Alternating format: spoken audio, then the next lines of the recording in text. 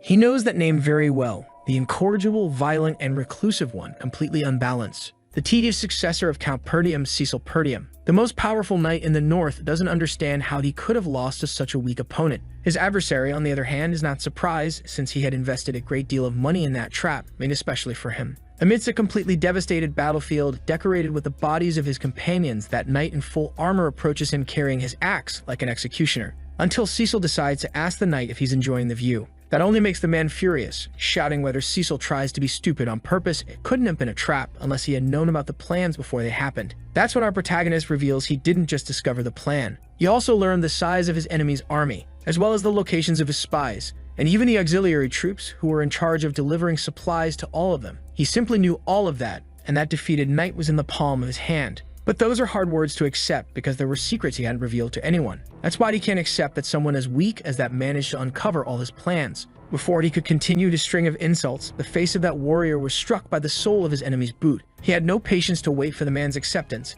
and told him to shut up. Throwing his helmet to the ground, our protagonist said he could be attacked as many times as they wanted because he would win every upcoming war. Taunting his enemy, he asked if he knew why that would happen. And before he could answer, the boy said it's because he always has a plan. A year ago, life was unfolding normally around the territory of Perdium, within the kingdom of Lithuania. That was when the boy woke up, still very confused, staring at his own hands, not understanding what was happening. The biggest surprise wasn't waking up in that bed. It was realizing he was still alive. That should have been completely impossible because he was sure of what had happened just moments before. A great clash of swords had occurred, and because of the force of the impact, he was completely disarmed. His body was already covered in wounds, and he was utterly exhausted from the prolonged battle. That final effort had come at a cost. All of his wounds collapsed at once. His opponent had declared the battle over, and that the king of mercenaries, one of the 7 most powerful men on the continent, had been defeated. That also symbolized the end of the war. Our protagonist's enemy was a knight who was also one of the 7 most powerful men on the continent. His name was Aiden. Pointing his sword at the boy, he asked if he had any last words, and Cecil revealed that his only regret was being unable to complete his revenge. Completely furious, he urged his opponent to finish the battle quickly. Aiden responded with a mocking smile, saying he was nothing but an ignorant fool. He had known that Mercenary was the successor of the fallen Perdium house, but he heard that he abandoned the land after his sister's death. That piqued the interest of our protagonist, who asked how a noble from another land would know such a thing. Aiden said it was inevitable. He had reached a point where he searched for any and all information about the king of mercenaries. Besides that, he had also allied himself with Duke Delphine to completely destroy the Perdium family. That shocking revelation filled our protagonist with overwhelming stress. He never imagined that there had been a collaboration among nobles to bring down his family. The Duke wasn't solely responsible. Aiden said it would be a waste of time to explain it all to someone who was about to die, so he would put an end to this story. But those few words reignited Cecil's spirit, and he began to shout that he would never forgive that man. Ignoring his threats, Aiden said that Dying Knight could do as he pleased. Then, promptly performing a height reduction surgery on the boy, he left him precisely 1 head shorter. It's all of that Cecil now remembers. It all happened just minutes ago, but now his neck is completely intact. His thoughts are hazy, and he begins to wonder if it was all just an illusion, also noticing that he looks much younger. Suspicious and glancing around, he thinks he might have been captured by mages and used as a lab rat, deciding that he'll make those arrogant fools regret what they did to him. That's when someone else entered the tent. It was a familiar voice asking what had happened to the young master. Ricardo, a soldier from his household, knew the young master was already up and asked if he was planning to leave now. But that soldier was soon caught off guard. The young master had his sword pointed at his throat. Cecil said he would let him live as long as he answered all his questions, making it very clear that the soldier should be fully committed to answering them. For a moment, the soldier looked worried, but it didn't take long before he stopped taking any of it seriously. With an exaggerated reaction, he said this was over the top even for the young master. It was starting to get ridiculous. Cecil couldn't understand how the soldier stayed so calm even while being threatened. His composure left the boy confused. Pushing the boy aside, the soldier said Cecil had fallen asleep after throwing a massive tantrum, which confused our protagonist even more. Touching his own neck, making sure there wasn't a scratch, Ricardo asked if the boy had forgotten what he did. He had insisted on leading the attack against the orcs. All that information left Cecil increasingly confused. He couldn't believe he had thrown a tantrum. That was simply absurd. But Ricardo told him to gather his things quickly, because he'd be waiting outside. Still confused, the boy asked where they were going, and the soldier said there was only one possible answer. They were heading back to Perdium territory. That's when Cecil finally began to realize what was happening. His family's land. Even in his confusion, he remembered how things turned out, and grabbing the soldier's shoulder, he asked him to say that one more time. He wanted to know if they were really heading to the territory that had once been completely ruined. After a brief conversation with the soldier, Cecil climbed to the top of a hill, able to see with his own eyes the lands belonging to his family. There was no doubt that land belonged to his family, but everything was perfectly well maintained. He had seen it completely destroyed with his own eyes. Ricardo approached him quietly and whispered, asking if the young master was all right. He knew they were poor, but the boys shouldn't say things like that about their land, that it was ruined or he might provoke his father's wrath. Cecil immediately pinched his own cheek, trying to figure out if he was dreaming. As he heard his own face and became sure this wasn't a dream, Ricardo watched him with concern. The young master seemed completely out of sorts. The boy looked much younger, and his family's lands were still as they were always meant to be. That could only mean that somehow he had returned to the past. When he was a child, Cecil resented his family for being poor. With very immature behavior and a deep inferiority complex, he often caused shameful scenes, to the point where even his own family began to avoid him. One day, he abandoned his homeland because he couldn't handle the constant criticism anymore. Years later, he became a mercenary. He survived countless battles, gradually built his reputation, and honed his skills, until he returned to the lands that once belonged to his family. But when he arrived, everything had been completely destroyed. That was the day he realized he had lost everything he once had. Despite those vivid, real memories, everything was still perfectly preserved, and the precious people living on that land were still alive. It was almost ridiculous to think he had been sent to the past. He could barely contain the happiness he now felt, realizing it was all real. But the boy's good sense told him it was still too early to celebrate. As Ricardo had said earlier, they were there to face orcs, and he could never forget that day. Because when twilight came, most of the soldiers from that land would meet a violent end. Cecil had wanted to join the soldiers because supposedly only 3 creatures had been sighted, which made him believe he could lead the troops without issue, even with little experience. But the reality was completely different. More than a dozen of those hideous creatures appeared, wiping out nearly all the soldiers, all because the boy had stubbornly insisted on leading them. Those creatures didn't have a clear strategy, so defeating them was still possible. The problem was that no one would listen to a spoiled boy on the battlefield. Before he could think of a way to execute his plan, a loud explosion was heard in the camp. Part of a tower had just been blown into the air. It landed a few meters in front of our protagonist, scattering its debris everywhere. It didn't take long for the troops to start shouting, trying to warn what had descended upon them. Orcs. The creatures were advancing into the camp. Cecil didn't expect it to happen so soon. The creature's charge was far too fast.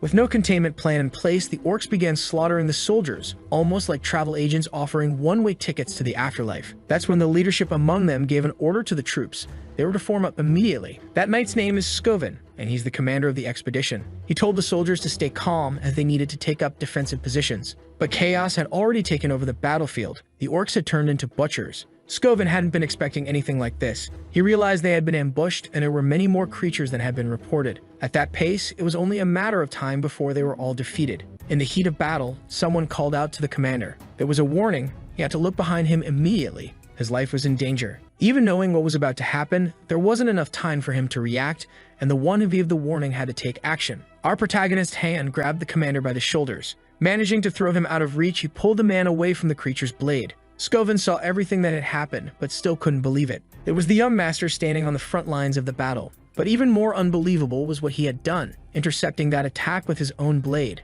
Before the monster could react to the strike, its arm was hit. Certainly, more than the pain the creature felt, the shock from the commander and his troops was even greater. The orc began to roar in rage, realizing what had just happened, until its massive body crashed to the ground. The wound was more than it could bear. Cecil began to lament the fact that he still couldn't use mana. Things would be so much better if he had been sent even further into the past. Walking calmly, he approached the commander, who was still on the ground, thoroughly confused by what he had just witnessed. The boy extended a hand to him and asked to be given something. Skovin had no idea what was being asked of him, until Cecil was clear. He wanted the right to command those troops. Skovin immediately composed himself, thinking that request was completely ridiculous, even coming from the young master. He quickly stood up and said he wouldn't allow it, leaving Cecil frustrated. The commander said this wasn't a game, and he couldn't hand over command to the young master in the middle of a situation like that. Cecil knew this wasn't good.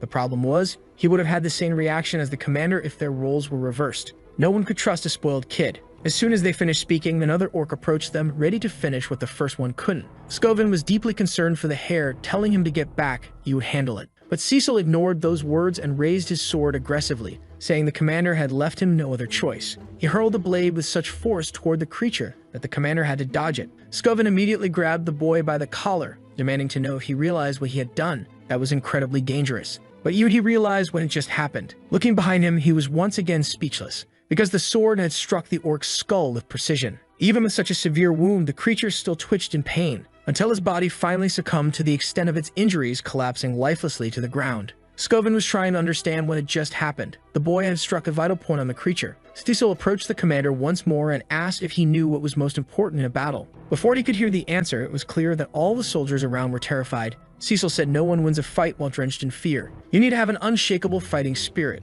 Then the boy began to run toward his sword, and as soon as he picked it up again, he dashed straight into the eye of the storm, where the fun was happening. With long strides, he quickly reached the creatures that were overwhelming his army. To the surprise of all the soldiers, he had landed atop one of their heads, ending its life with the edge of his blade. Scovin also witnessed everything from the front row, and like his soldiers, he didn't know what to say. Cecil pulled his sword from the creature's head and began provoking the ones still alive, telling them to come at him. The boy promised he'd finish off every last one of them, leaping once again into danger. With precise strikes, he hit those monsters while dodging deadly blows, performing a wide range of unanesthetized surgeries. Scovin began asking himself if he was dreaming. He couldn't move nearly as fast as that boy. The only difference was that the commander could use mana. That fragile boy shouldn't be capable of any of this. Even though it was hard to believe, he could already see the boy was becoming very exhausted. Still, he managed to dodge using the smallest movement possible, conserving what little energy he had, and he struck vital points with single attacks strong enough that there was no need to hit twice. He was practically a sword master who hadn't yet learned to use mana. Maybe Scovin thought that boy could become even more powerful than the current sword master. In the middle of the battle, Cecil continued provoking the creatures, saying he was just warming up. The taunt seemed to work, and all those monsters began to chase him, determined to end his life and crush his bones. The soldiers saw what was happening, and one of them wondered if the young master was running away. It didn't take long for them to turn their attention to the commander. They needed orders. Scovin was still in shock, trying to understand what the young master was doing. A boy had jumped into battle and drawn all the enemy's attention to himself, and right after that began to retreat from the battlefield. But the direction he chose was strange. He was heading straight toward the cliff. Using his full ear-separating capabilities, Scovin finally understood what the boy was trying to do. It was indeed a very bold strategy. That's when he turned and ordered his troops to raise their shields, because all of them were going to follow the young master's path. Meanwhile, the boy was fleeing from the creatures like he was a fentanyl pack escaping from addicts. He knew that if the commander was a capable strategist, he'd already realized what was happening. Cecil would love to finish off those creatures with his sword, but his body was so weak now he was close to collapsing from exhaustion. But he was sure, now that he was positioned at the edge of the cliff, that his family's soldiers would do their part of the plan. The boy was completely surrounded and the orcs were pressing in closer. That's when the creatures sensed something happening. All the soldiers now carried shields and spears, advancing rapidly toward the monsters. Seeing this, Cecil gave a faint smile. His plan had been understood. Now he could jump off the cliff without worry, because soon the soldiers would begin to act. The commander had already given the order to all units. They were to push all the creatures off the cliff. The soldier line managed to push the monsters. Even though they were strong, the soldiers' strategy prevailed. The commander kept encouraging his troops, until finally they managed to shove every last one of them over the edge.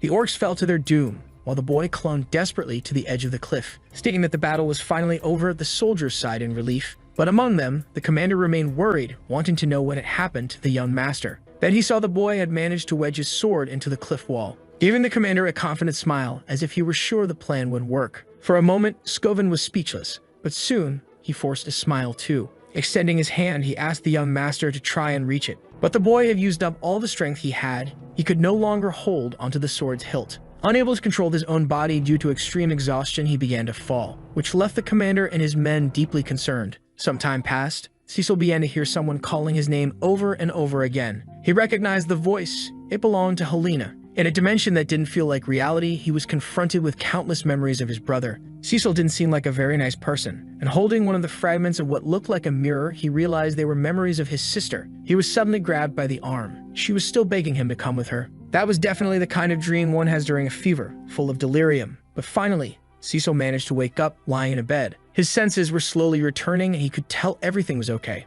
Even if he didn't know how they managed to reach him, he was alive, and that was what mattered most. As he tried to sit up in bed, he began to remember that confusing dream. It was so vivid, it didn't feel like a dream at all. But before he could keep dwelling on his thoughts, his body sent him an instant message. Everything hurt, and in the end, it was his fault for pushing himself past his limits, especially since he still couldn't use mana. The sound of him moving in bed alerted someone outside, who entered the room to speak with the young master. With a big smile on her face, it was clear the woman was relieved that he had finally woken up. Cecil looked at her in surprise. It was Belinda, one of the maids of his household. Placing a basin on the table, she said the young master had no idea how worried she had been, reminding him that she had warned him the soldiers could have handled that problem. Before she could keep talking, Cecil got out of bed just to hug her. Belinda was confused and asked if something was wrong with the young master, wondering if he had done something wrong again, but the boy said he was just happy to see her again. She had been his personal tutor, always by his side no matter what trouble he got into. Cecil always felt relieved knowing she was there for him. But after his family's land was destroyed, she vanished as well, and he was never able to find her again. He never thought he'd be reunited with her in this lifetime, but Belinda said they saw each other every day. Still holding her, Cecil thought he should tell her the whole truth, so he asked her to listen closely to his words. The Pernium family was in grave danger. Very surprised, she asked how the boy knew that. He began thinking about how to explain it to her, saying that he had died and returned to the past. But Belinda thought he was talking about the incident at the cliff. Completely ignoring whatever he might have said, Cecil tried to clarify things, but to her, it was the boy who was in danger, since his body was still recovering. Right after that, she began to scold him severely, and our protagonist realized she wasn't going to believe a word he said. Trying to convince her was useless. After taking a deep breath, Belinda asked what would happen if he couldn't enjoy the festival because of his injuries. As soon as he heard about the festival, Cecil grew very worried, and Belinda asked if he had already forgotten. Helena was really looking forward to enjoying that event with him. She said it would be wonderful if the two siblings could become close again like they used to be. Then Cecil remembered that during that time of year, there was always a festival in his town. He grabbed a picture frame nearby and looked at it more closely. It was a photo of him and his sister. In his past life, he wasn't able to enjoy the festival because he was traumatized by what he had seen on the battlefield. Things were different now, and he asked Belinda when the festival would take place. She said it was in 1 week. Now the boy had a sense of his time limit, because there was one day in particular that changed his life forever, until someone opened the door and asked if Cecil was in there. The memory he had of that day had haunted him for his entire life. He remembered Helena begging him to go with her to the festival, and the person who entered the room was his sister. In 1 week, she would lose her life. The moment he saw his sister again after so many years, Cecil ran over to hug her. Belinda was so caught off guard she didn't know how to react either. Helena was immediately confused and thought her brother might be playing some kind of prank. Still holding her, Cecil said he had missed her. Helena began to find the whole thing repulsive and pushed her brother away. Cecil felt that the push actually hurt a little and began wondering if his sister had always been that strong. Helena said she only came because Belinda asked her to, but she made it clear she wouldn't forgive her brother so easily, and the boy had no idea what she was talking about. Then she reminded him of what he had said to her, to stay far away because even the sound of her breathing annoyed him. Cecil couldn't believe he had ever said something like that. He knew he hadn't been very close to his sister in the past, but hearing that made him realize he had truly been despicable, so he apologized to her. Belinda and Helena could hardly believe what was happening. The girl thought her brother must have been hit on the head, which would explain why he was acting so strangely. Cecil said he was the one who defeated the creatures, and he couldn't stand hearing them say he'd been beaten up by them anymore. As soon as he finished saying that, he felt his entire body ache all over again. Helena said it was hard to believe him considering his body had been carried into that room on a stretcher. While he groaned in pain, the two of them began to laugh, but that didn't bother him. He simply realized that he was living his life again, and that simple moment was playing out exactly as he remembered it. It was even hard to understand why he had wasted his life. He had refused his sister's invitation to go to the festival because of what happened during the expedition with the soldiers. That refusal was the last time he saw her in his life. Helena's body was found next to her guards in several pieces. The regret still burns in his chest. He feels he should have gone with her that day. Lost in thought, he heard someone knocking at the door, asking for permission to enter. It was Helena's personal guards, Jamal and Felipe. The girl asked if something had happened, since she had told them to wait outside. The guards apologized, but they were delivering a message from the servants.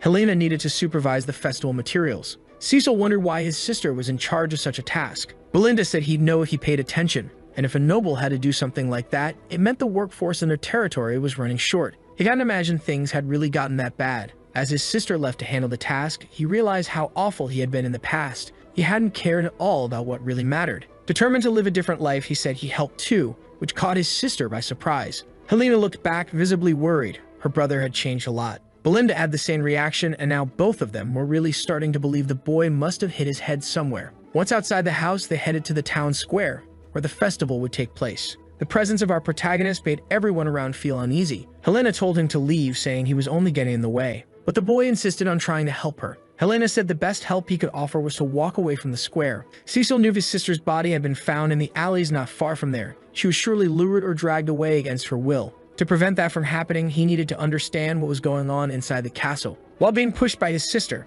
one of the guards approached the boy to speak with him. Cecil immediately recognized the man's voice. It was old Fergus, who, breathing heavily, said he was relieved to see the young master safe. As a loyal knight, he had come as quickly as possible after hearing that the boy had been beaten by orcs. Cecil asked him not to bring up that subject again. To Helena, that was the perfect opportunity. She asked the knight to take her brother back to his room since he'd been acting strange ever since he woke up. Cecil thought to himself that his reputation was definitely a problem. Since he couldn't change much of what he was living right now, he decided he'd gather more information throughout the week. Turning to Fergus, he asked about the training hall in the castle and requested to be taken there. The knight was surprised. He had no idea what the young master intended to do. Then Cecil told him he was going to start training. Having known the young master since he was a child, the old man couldn't help but be very surprised. Agreeing to the boy's request, he showed him the way. As soon as he arrived at the hall, Cecil was amazed. The whole place was very well maintained. It was truly impressive. He realized he'd be able to train there without any trouble. Back in his days as a mercenary, he had never dreamed of having a place as good as that. Fergus said he had kept the place in great shape, hoping that one day the young master would want to use it.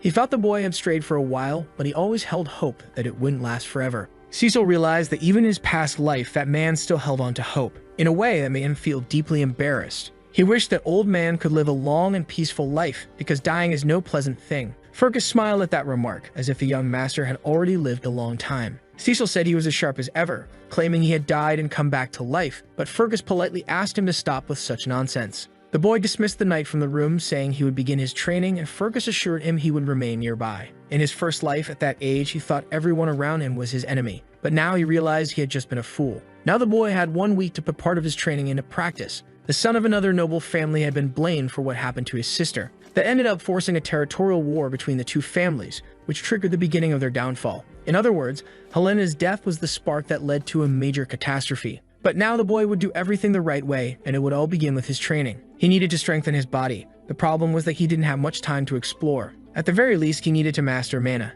This was a supernatural resource that allowed humans to push past their physical limits. Most people struggled to sense that energy, but even in the chaos of battle, Cecil had been able to train his mana. The secret was to gather every particle from the air and compress them into a large orb. Cecil had survived thousands of battles. Creating a mana core was far from the hardest thing he had ever done. It was no surprise he became one of the 7 most powerful men on the entire continent. In his past life, he had come across some interesting notes that inspired him to develop his own technique. Cecil discovered he could add more than 1 mana core, and even under these conditions, he was reaching his 3rd. All humans are born with them. The secret of his technique was to unite all of them. This increased his power greatly, but his body was soon overwhelmed by pain. Completely overloaded, blood began to flow from his mouth and nose. After that training session, he realized that 3 was his current limit. In his past life, he had managed to create 5. That technique allowed him to generate explosive and devastating power, but it consumed enormous amounts of mana. In fact, that was one of the issues that led to his defeat in his previous life. He had faced that enemy already drained.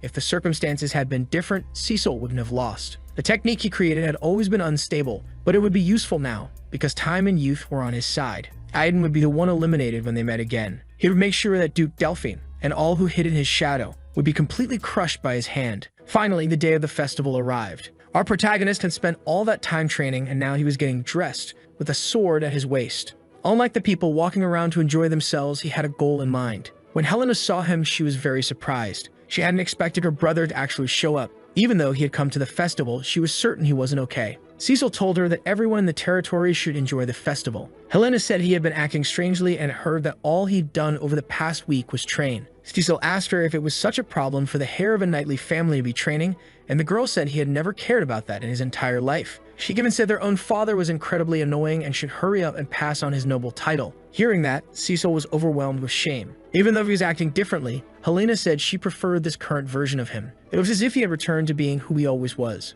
That left the boy deep in thought, because he realized something over the last week. His actions were already changing the behavior of those around him. Meanwhile, Belinda was giving instructions to Helena's personal guards to also keep an eye on the young master. Cecil and his actions were altering the course of events, and he couldn't predict everything that would result from that. It would be up to him to act with wisdom, since he knew the future and would need to adapt as things changed. And for what is going to happen that night, he is already prepared. Helena is buying all kinds of things at the festival, while Cecil remains alert. She walks around the place without a care in the world, but the boy stays vigilant. At the end of the night, she says this was all really fun, but that it's always the same thing every year. She wishes there was something new to do. Cecil noticed the festival was almost over and nothing had happened so far. Maybe his presence was already changing things. Still deep in thought, he heard someone asking his sister if she'd like to try something new. He said he'd heard from a friend that something different was happening in another neighborhood. Helena said she'd blame him if it turned out not to be fun, and Cecil watched her walk away. Now he was sure who was responsible. It was her personal guards, the true traitors and the ones responsible for the great tragedy. Those two had been in charge of protecting her ever since Helena was a small child. They were the most trusted people around her. In the past, it was said they had died trying to protect her, but the boy realized they were involved. They were definitely traitors. Cecil followed them too, and the guards claimed they had finally arrived at the location. They were in a dead-end alley, and there was absolutely nothing in that place. Helena even tried looking around, but there was nothing, and on top of that, the place was filthy. One of the guards said things weren't ready yet, but he was sure the festival would soon begin there. Helena told him he was being ridiculous. It was obvious nothing was going to happen in that place. After examining the surroundings, Cecil realized what was really going on. It wasn't a dead-end alley. The streets that could serve as exits had been completely blocked off. This was clearly a setup. Before he could do anything, Helena grabbed him by the arm. She wanted to leave, saying this must be the wrong place. One of the guards tried to get her to wait just a little longer. Once again, Cecil couldn't understand how his sister was so strong. He asked if she had been secretly training. Without noticing, Helena bumped into one of her guards who was blocking her path. He said they should wait just a bit more. Since Philip was being more assertive, the girl found his behavior strange. She said the two of them were acting weird. Then Jomal said it was never their intention to scare her, but they had accepted a very interesting offer. Helena was completely shocked by those words. That's when another person revealed they were there too. And that mysterious man was accompanied by two henchmen. His name was Frank, and he said the soldiers had fulfilled their part of the plan. Jomal approached him, saying it was obvious they'd be able to pull it off. Now it was time for the next step. Frank noticed that the Count's son was also there and was certain he hadn't been part of the deal. Our boy remained unfazed while Helena couldn't stop trembling in fear. The corrupt guard said the boy was a bonus reward. He had followed them all the way there without realizing he was walking into his grave. Cecil asked if the guard really believed he'd walk away alive after selling out the Count's children. Jomal said the boy should start worrying about himself since the two guards had earned enough money to live the rest of their lives without lifting a finger. They were tired of that miserable, despicable place. Always poor, always under attack by barbarians. He revealed they weren't the only ones who wanted to leave that land. Before he could continue with his generic speech, our boy sliced through the corrupt guard's body. Jomal didn't even have time to understand what his eyes had just witnessed. That sudden strike left everyone in the alley horrified, and those who weren't scared were now speechless. Cecil said that was no excuse for selling out him and his sister. Now he could turn his attention to the other traitor. Philip couldn't believe his companion had been defeated, not when the enemy was someone so weak. He grabbed Helena in an attempt to shield himself, but it was useless. His skull was pierced by our protagonist's sword. He began to fall while writhing in pain. His body, too, became part of the decor of that dark alley. Frank's henchmen started asking if this was really the Count's useless son, because they hadn't expected him to have combat experience. Frank also noticed something was different. He figured the guards had been caught off guard, but for the boy to take down two in a row in just seconds was truly impressive. On top of that, he could also channel mana into his attacks. Helena remained absolutely terrified and asked Cecil what was happening. Our boy held back his words. He's not going to tell her the truth just yet. And with a precise strike of his hand, he left the girl unconscious. He did it so she wouldn't witness what was about to happen in that place. But as soon as he laid his sister's body on the ground, that killer politely said thank you, because they were going to eliminate the guards too, and he said the boy was very different from the rumors. With a pipe in his mouth, the man with glasses asked if Cecil was hiding his true abilities. And with a sword in his hand, our boy said that the answer to that didn't matter. But he was already thinking about his strategy to defeat 3 enemies. Those henchmen weren't that dangerous.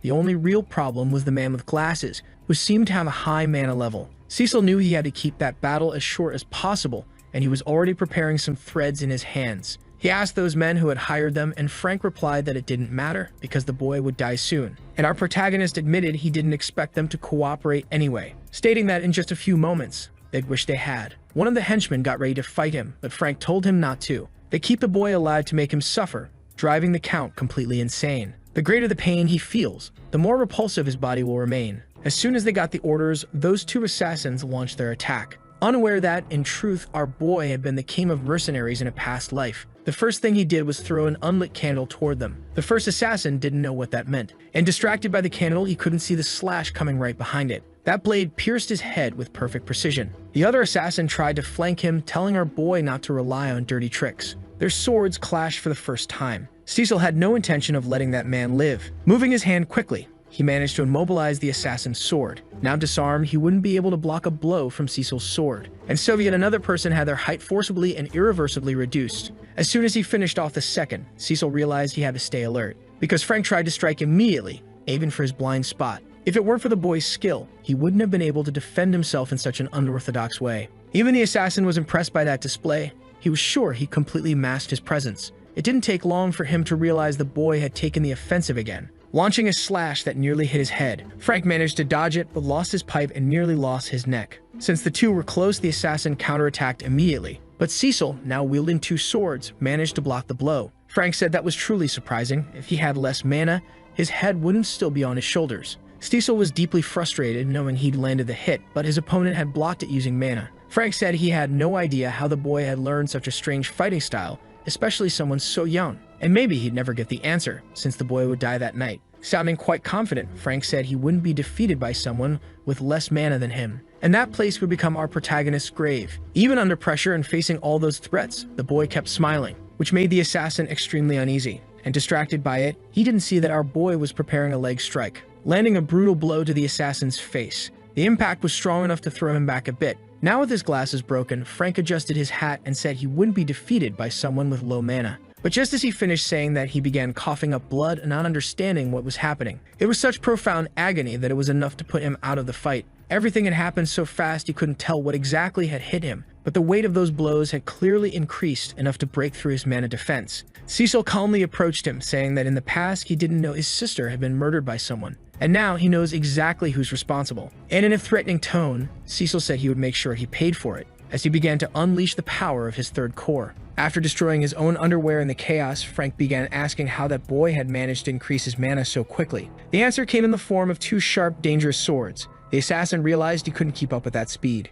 Even so, he did everything he could to prolong his life a little longer. But his efforts were already reaching the limit while the boy kept pressing harder. It wasn't easy to deflect all that power. To him, it was starting to become ridiculous. His hands were throbbing just from blocking those strikes. Even if he could amplify his own mana, the boy shouldn't be able to deliver such heavy blows. The assassin had never heard of any technique capable of producing something like that. It was as if he were facing a completely different person. Prepared to block another strike, the assassin positioned his sword, but forgot to tell it that it needed to stay intact. That's how our boy managed to land the first cut on that disgusting creature's body. The first one that actually made him feel pain and regret being in a place like that. Determined, Cecil pushed forward with his blade to finish the job, executing a piercing attack that couldn't possibly be blocked. It made the assassin writhe in pain, spitting blood violently. But before he could hit the ground, Cecil pinned him against the wall with his forearm. With the situation under control, he said he'd continue from where he left off. While keeping the assassin under his grip, he asked once again who had hired him. As a last resort and desperate to turn the battle around, the assassin tried to use a hidden dagger,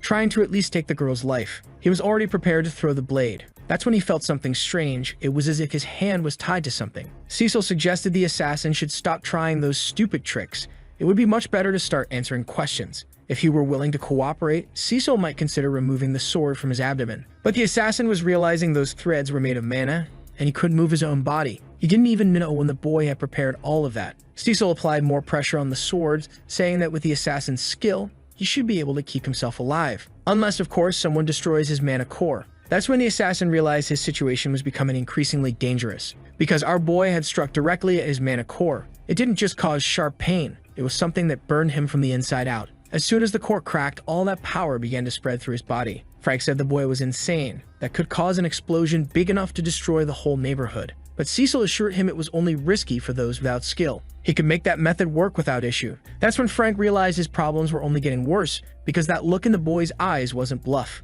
It was the look of someone willing to end his life. Desperate, the assassin confessed that it was Count Desmond who had hired him. He said he needed an excuse for House Perdium and House de Gaulle to go to war with one another. Cecil still tried to confirm the information, though he already felt like he had found the answer. Because in his past life, Duke Delphine always left the dirty work to less powerful nobles under his influence. The boy asked if that was why the assassin had come to kill his sister, and the man confirmed it. Now that he had all the information he needed, Cecil drove the sword even deeper into the man's abdomen. Frank panicked. He thought the boy had promised he would let him live. Cecil found it strange that the assassin was suddenly afraid of death after taking the lives of so many innocents. Since the situation was already irreversible, the assassin started to smile. His death wouldn't change anything. He had made sure House de Gaulle would have a reason to go to war, and no one would believe a useless boy like him. Soon the territorial war would destroy the boy's whole family. Tired of listening, our boy smashed the man's face, telling him he had something to say, that he had already died once. And now, everything was going to be completely different.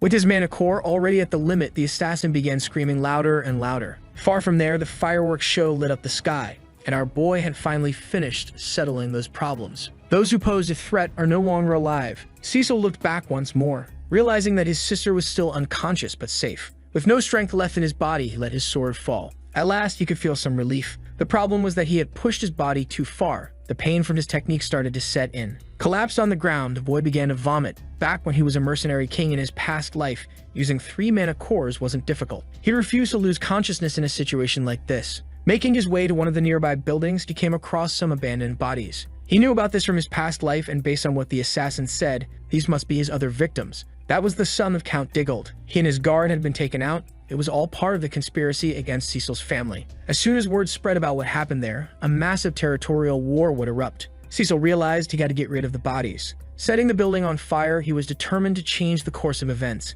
With his sister on his back, he began making his way home, unaware that he was being watched by a mysterious figure, who vanished from sight the moment the boy continued on his path. The mysterious man is already being interrogated. The assassination had failed, and they wanted to know why he couldn't kill a single girl. He was trying to explain himself to those nobles, saying it was all Cecil Perdium's fault. The nobles found this version hard to believe, knowing the boy was considered a lost cause. He was notoriously known for being completely useless, so much so that no intel about him was even necessary for this mission, making the excuse unacceptable. But the assassin confirmed that the boy was completely different from what the rumors claimed. As an eyewitness to everything that had happened during that battle, he told those men that the boy was a completely different person. He also said that nothing should stand in the way of a territorial war between the two houses and pleaded for another chance. Several of them began to scold him, saying he would fail again and that they had wasted too much time on this. The more impatient ones wanted to get rid of the man immediately, until one voice rose above the others, ordering silence. The man, exuding a menacing presence, asked if the assassin truly wanted a second chance. He promised that this time he would completely eliminate Cecil Perdium. When asked how he would do it, he said it would be through a duel, and he already knew the perfect candidate. These words intrigued the nobles. The assassin said the candidate's name was Cain Loges, notoriously known for his strength and muscular build. He was unmatched in terms of brute strength despite his young age. There wasn't a single person in the north who could withstand his sword. He was also Cecil's cousin, so arranging the meeting between the two would be easy. Though still impatient, the nobles decided to listen to him. Meanwhile, the man who stood above all others warned the assassin that another failure would certainly be the last of his entire life. Back at our protagonist's family estate, he continued with his training. An elderly guard apologized for interrupting him. He came to deliver news about his meal, but he didn't realize something was flying toward him. It was one of Cecil's mana threads attached to a sword nearby. It was promptly pulled toward the boy and cleanly caught by his hands. After performing a few cuts in the air with it, Cecil realized it was enough. That's when he noticed he was no longer alone in the hall. Fergus was there and, apologizing once again, said the boy had been too absorbed in his training. On Inglehadi's curiosity, asked how the boy managed to do that. Holding the sword by just a thread, Cecil asked if he meant this, and the explanation was simple. It was a thread of mana, a technique he used daily in his past life, but one he still wasn't strong enough to fully unlock. The solution he found was to use only a single thread, due to his current mana limitations. Fergus said he had seen many things in his years as a knight, but that was truly impressive and unheard of. The old man knew the boy hadn't been able to use these kinds of abilities before and had even started training late. He wanted to know how Cecil was now able to do all of this, and our boy asked if he was bringing news. To his surprise, Fergus said he had come to thank him. Not knowing what for, the knight was clear. He was talking about what the boy had done for Helena's life. Cecil said he shouldn't be thanked, as he had only done what anyone else in his place would have done. Now they could leave and get something to eat. Because of what happened to Helena, the rest of the festival had been cancelled. That assassination attempt had been truly serious. Helena was sitting at the table, furious that no one believed her when she said her brother was the one who saved her. She told Cecil he should do something about it, but he didn't care either. People wouldn't believe anything he said. When Belinda found out that Nina's personal guards had tried to do such a thing, she was furious.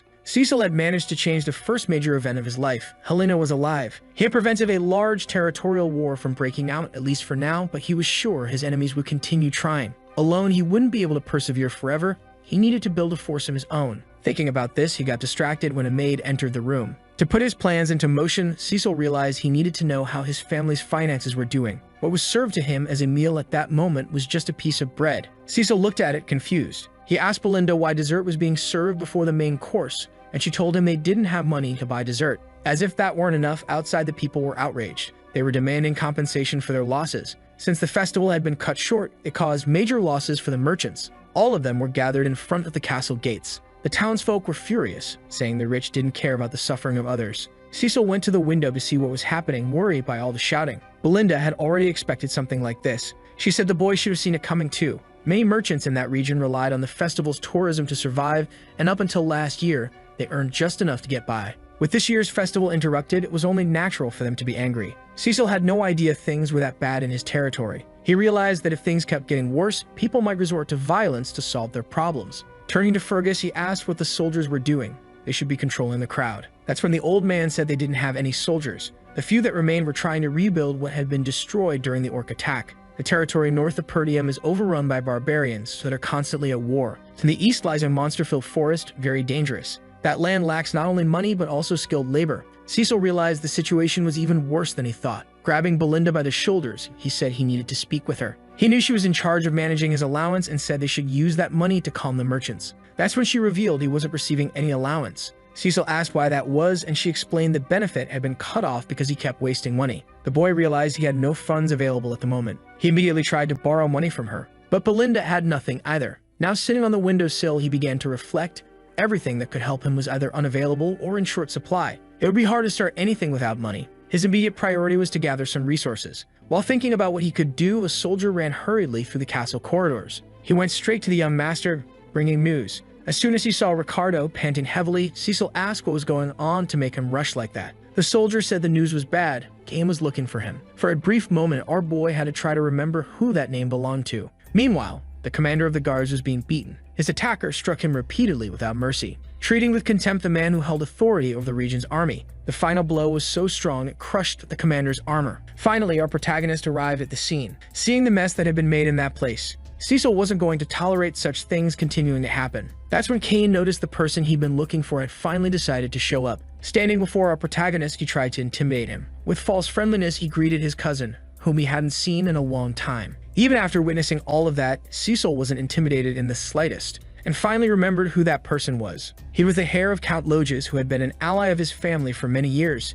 Cain Loges. In his past life, he was both his only friend and his enemy. Cain approached our boy calmly, stepping over the body of the soldier he had knocked down. Cecil asked Ricardo what had happened in that place. He said they went there because there was a public promotion going on, and they found Cain accompanied by one of his guards. They were asking if the rumors about the young master were true. Scovin began explaining exactly what happened. But before he could finish saying everything, Cain grabbed him by the face, thinking those words were nothing but lies. That's how everything had gone down in that place. Cain said his anger was justified because that old man was spreading lies about his cousin defeating orcs. So he decided the best course of action was to help the old soldier become clear-headed again. None of that would have happened if he hadn't chosen to tell those lies. Cecil realized that Cain wasn't there by coincidence, and besides, that was Cain's personality. He always treated Cecil as if he were his personal servant. Whenever he appeared on the lands of Cecil's family, he caused all kinds of trouble. No one was able to stop him. Even though he was troublesome, no one ever underestimated him. Practically the opposite of our protagonist, who had always been tormented by a sense of worthlessness.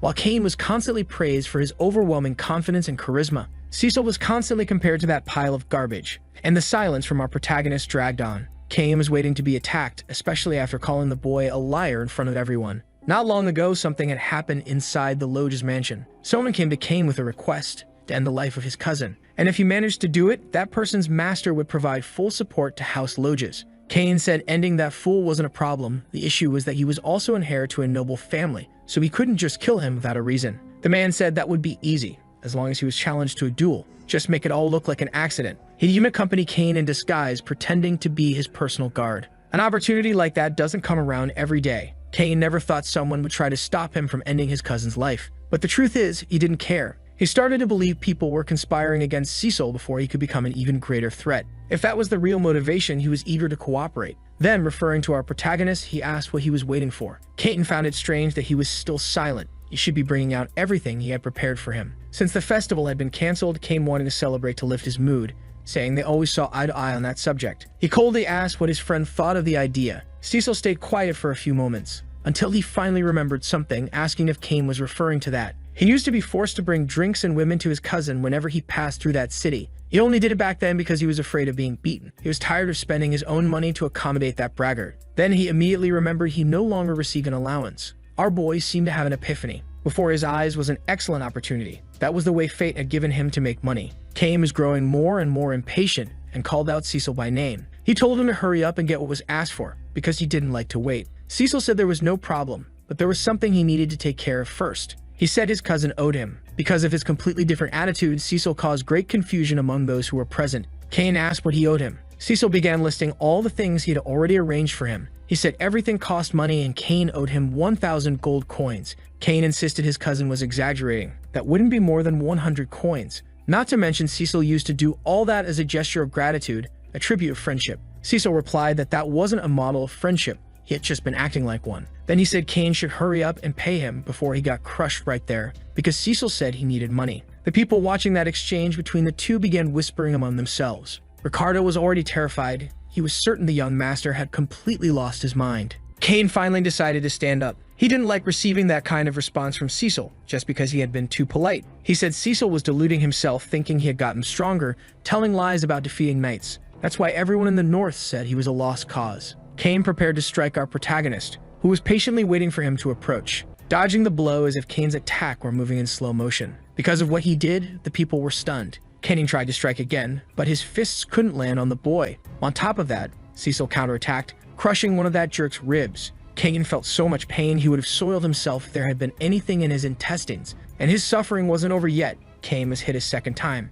However, he managed to shield his face from that second blow. Even though he was blocked, Cecil remained calm, because Cain fell to the ground right after, unable to endure the force of that first hit. The assassin disguised as a knight rushed to him, asking if the boy was okay. Cecil acted like it was all a performance, telling his cousin to get up, since he had blocked the strike, and the disguised assassin asked how Cecil could be so bold. The onlookers who had gathered to see how things would unfold were asking themselves if Master Cecil had really struck down that mountain of muscle. Looking around, Cecil realized what they were aiming for. Now he knew exactly what their plan was. Cain asked his knight if his performance had been convincing. Receiving high praise, it had been excellent. Now they could blame Cecil, and he already had more than enough justification to challenge him to a duel. Thinking he would gain political support because of this, Cain was getting ready to issue the challenge. This was the perfect opportunity to rid himself of the pointless alliance his family had with Perdium. After pulling a glove from his pocket, he was about to propose the duel, saying the way he had been attacked was dishonorable, but he didn't get to finish his sentence, because his face was struck by a glove. Cecil had challenged him first. Caught off guard, Cain was deeply irritated. Cecil said he had been insulted in front of his people, and he was the heir of that land. One of his knights had also been assaulted. He wouldn't let it slide, and asked if Cain was planning to back out. After burning with rage, Cain went silent, until he started smiling, saying his cousin really had always been a fool, but he never imagined he'd dig his own grave like that. Then he accepted the duel that had been proposed, saying he shouldn't be blamed if a boy loses his life in the process. Poor Cain, he has no idea he's about to be brutally beaten by the protagonist. Cecil immediately called for Ricardo. He told him to gather all the merchants who had been protesting at the castle gates that day, because there would be a great opportunity for them, one that could bring in a lot of profit. The sudden end of the festival had disrupted the entire town, but there were still a few tourists around the region. All of them were likely eager to spend their time and the money they had brought. Cecil was planning to hold a major event to entertain them. Standing atop an arena, he was surrounded by his people. A duel between him and his cousin was about to begin, stirring a wave of betting. Some were eager to see the useless heir get what he deserved. Outside, the merchants were also managing to sell some goods. Others took the chance to place bets. It was practically unanimous. Everyone betting believed Cain would win, and the mountain of muscle drove his sword into the ground, saying our protagonist was mocking that sacred duel. He decided to give him a warning. Even if he begged for mercy, his blade wouldn't stop. But our boy couldn't feel threatened by those words, because he knew very well that outcome was exactly what those bastards wanted. Now that the crowd had gathered around them, they could begin. That's when Cain's knight spoke up again. He didn't think this would turn into a real bet, so a few people asked what he meant by that. That's when the man handling the betting pool said no one had placed any money on the young master's victory. Cecil wasn't surprised at all. He hadn't had time yet to change his reputation, and people began saying that the useless one couldn't possibly win that duel. Betting on him was like investing in the impossible. Cain said that even the people of that land were against the heir of those lands. Someone suggested changing the bet. They wanted to know how long Cecil would be able to hold out. That's when a man placed a large sack of money on the table. It was the commander of the soldiers, saying he would bet on the young master's victory. Even though everyone doubted him, that gesture brought a smile to Cecil's face. That soldier wasn't the only one to place a bet. Helena and Belinda also came forward to bet on the young master's victory. This gesture truly surprised everyone, especially our protagonist, who had just asked both of them for a loan. The townspeople weren't expecting Helena to place a bet. Helena asked if that amount was enough, while Belinda said she tried to warn her about the risks of such a bet. The disguised assassin didn't seem pleased by any of it, while Cain claimed this was all just a waste of time. Cecil said that since he was the older of the two, it wouldn't be proper for him to attack first. Even so, he began drawing his own sword, showing he was ready to start the fight. He told Cain to come at him. The mountain of muscle assumed it was just provocation. Preparing to attack, he said no one cared whether Cecil was older or not. As soon as the referee began the match, Kane launched himself furiously at his opponent. That mountain of trembolone-fueled muscle came down on our protagonist like a meteor. Their blades clashed brutally. Cecil had to use every ounce of his strength to keep defending. Kane said there was no need to act like he had a reputation to uphold, and with a swift move of his sword, he nearly disarmed our boy. He also tried to strike him with the hilt, but Cecil dodged easily. Still, he had to avoid the follow-up attack as well, because his cousin was wielding that sword like a giant club. The spectators realized something. Kane only needed to land one hit to win. Cecil, on the other hand, didn't look the least bit impressed by what was happening. Belinda was starting to get very worried and asked Helena if they should stop it, but the girl didn't seem concerned either. The assassin, however, knew it was too late. Once Kane's opponents started clashing blades with him, they fell right into his trap. After feeling that destructive power, they got scared and focused only on dodging. That caused them to tire quickly, creating an opening and leading to their final defeat. That's how Kane had won all of his battles until now. He kept pressing, and our boy kept dodging everything. In the middle of the fight, he started mocking Cecil, saying he moved like a rat. But that wouldn't be enough to preserve his life. Kane tried to land a decisive blow, but his attack was blocked. Having changed the way he held the sword, he tried to hook Cecil with the guard, throwing Cecil's body high into the air. Everyone began to worry, and the assassin was sure the battle would be decided then. There was no way Cecil could avoid the damage from that fall. Not to mention, down in the arena, the mountain of muscle was waiting for him. Using his mana threads, Cecil said he had planned to take it easy. But his cousin had gone too far. Cecil landed safely on the ground, and moving swiftly, he closed the gap, now dangerously close to his opponent. Kane couldn't react. He looked back, trying to understand what had just happened. The assassin realized that Cecil had used his mana to strengthen his legs. That's how he closed the distance. It had been only a small demonstration of his power. Cecil said his cousin used that crude technique to intimidate his enemies, but now he was going to help him understand the truth. Kane began to feel insulted by such a comment. Preparing to attack again, he said his cousin wasn't capable of doing anything to him. And before he could deliver his blow, Cecil kicked the hilt of his sword. While neutralizing that attack, he also managed to slash Kane's arm. Before he hit the ground, Cecil landed several more strikes. All of it only served to make the mountain of muscle even angrier. Even though his blows were fast, he still couldn't land a single hit on Cecil. This time, our boy managed to immobilize his enemy's blade by stepping on it. That gave him the perfect opening to deliver a clean strike. His movement was faster than Kane's reaction, and that blade sliced across his neck. Cecil remains completely calm, while his enemy's body began to show all the wounds it had accumulated. Several people were watching that duel, and now they're surprised by the turn it had taken. It's hard to believe Cecil has improved so much. Some are beginning to think he might actually win. From Helena's posture, it's clear she never doubted for a second. Even the commander of the soldiers started to smile. While the disguised assassin was busy destroying yet another pair of underwear,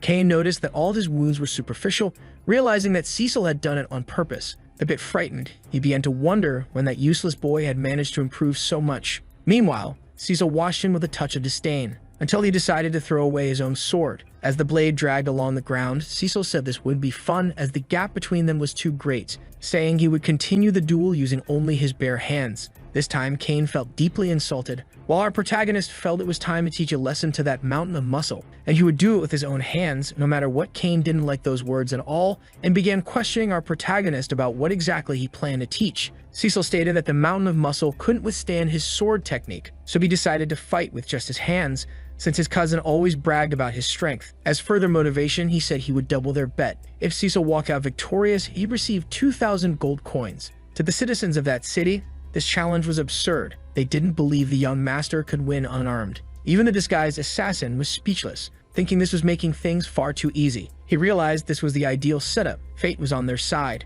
There's no way the musclehead could lose under these conditions. And the man responsible for the bets didn't waste any time, immediately calling everyone to wager on this new phase of the fight. This greatly excited those who were watching the duel. But after witnessing a bit of Cecil's strength, people were becoming a bit more confident that the young master might actually surprise everyone. Kane ended up feeling greatly underestimated, which only made him angrier. Cecil assured him that his juice-loving cousin could use his sword if he wanted to, and by then he was completely out of control, taking off the coat he had been wearing. Like a wild beast unleashed, Kane charged our protagonist with his sword. Belinda was extremely nervous about all of this, wishing the young master would be a bit more cautious and use his sword. Kane was entirely driven by the madness of the moment, believing this time he would win. Cecil, on the other hand, was certain that what his cousin needed most right now was an unforgettable beating. Even though the attack had been fast, it wasn't enough to hit our protagonist, who used that opportunity to move in closer and closer. His steps in the arena were extremely light. He managed to circle his cousin with ease, striking his body every time an opportunity arose.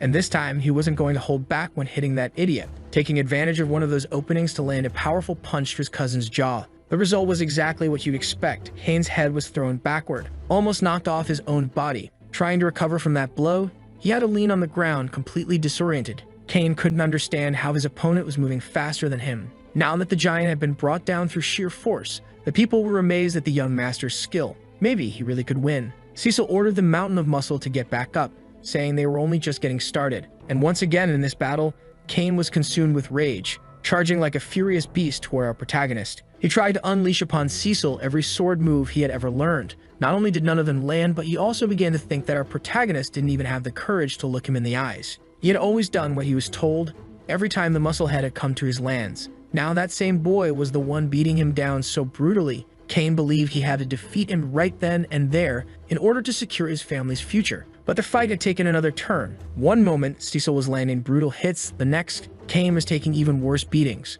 With his face completely disfigured, he still couldn't understand what was happening. That's when Cecil grabbed him by the hair, lifting the face of that mountain of muscles. Our protagonist said he felt sorry for his cousin's father, because the Count was one of the few people who helped the Perdium family when they were on the verge of ruin, all due to the friendship he had with our protagonist's father. Even in the face of such a noble gesture, his son is completely different. That seemed to awaken something in the boy's memories. Many years ago, he had questioned his father about why he was sending aid to the Perdium family. They were also going through difficult times, and the boy didn't understand why his father would do all that for the sake of friendship if his friend's territory was doomed. It was something the boy was completely incapable of understanding. His father was already heading to that territory once again. He tried to ask the Count not to go. His father was the only one helping those people. All the other nobles were ignoring the situation. In response to his son's questioning, the Count said there was no special reason for doing it, because they were friends. That's what the mountain of muscle ended up remembering. Our protagonist's hand was about to crush his face once again. But unlike the previous times, Kane simply closed his eyes. He didn't show any reaction. Surprised that he wasn't hit this time, Cecil said he hoped Kane had learned his lesson. Showing that his hand was extended to help him up, he asked his cousin to take it. For a brief moment, Kane tried to understand that gesture. Bowing his head, he realized he had been defeated in more ways than he could describe, announcing to everyone present that he had lost that duel. Even though the outcome had become predictable halfway through that beating session, everyone was still deeply shocked. Our protagonist's victory began to be celebrated because it didn't make any sense at all. Helena, Belinda, and the soldiers were also happy with the victory. The disguised assassin walked up to Kane, visibly furious. He didn't understand how that mountain of muscles had chosen to lose the fight over a small setback. He wasn't supposed to act like that. But turning his face away, Kane said he had no further business with that man. That only made the assassin even more outraged. That's when Cecil decided to approach him. He clearly had some business to settle at that moment. The assassin had no idea what he was trying to resolve. Loud enough for everyone to hear, Cecil said he would buy drinks and food for everyone there in Kane's place, which caused great embarrassment for the man. He said the offer was ridiculous and asked our protagonist to take it back immediately. But the boy grabbed him by the shoulder. It seemed the assassin still hadn't realized his situation. Cecil said that's what he owed for losing that duel,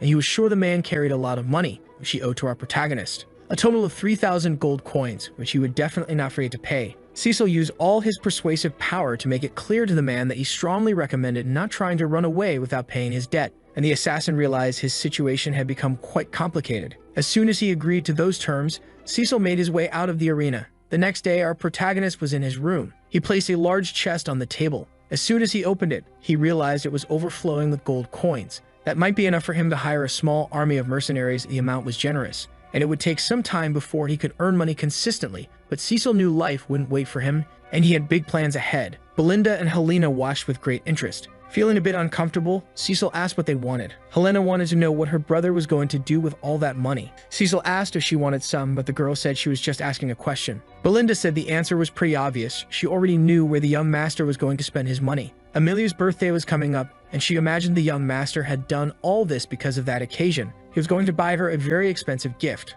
While the two girls argued about how he was going to spend the money, the boy didn't say a word because he got absolutely no idea he had a fiancé. Belinda said he shouldn't act shy. They both knew he was just pretending not to remember he had a fiancé. Helena said it was the daughter of Count Leopold and that he should remember. Finally, his memories clicked into place. He knew exactly who that woman was, Amelia Leopold, loved by her people for her sweet and humble personality. But that's just a facade, hiding a woman who will soon be known as a witch for starting a rebellion. She also allied herself with Count Delphine to bring down the Perdium family, and to our protagonist, she is nothing but a traitor. Realizing he could accomplish many things now, he began to smile. He asked Belinda when her father would return, and she said it might take another week. The boy realized that was more than enough time. Standing up from his chair, he said he would pay a visit to the Leopold territory. Belinda pointed out that his fiancée's birthday hadn't arrived yet and asked why he was going so early. The boy didn't even try to hide the truth. He said he was going there to get more money. Amelia always has a spider landing on her face. After placing a pair of shoes on the ground,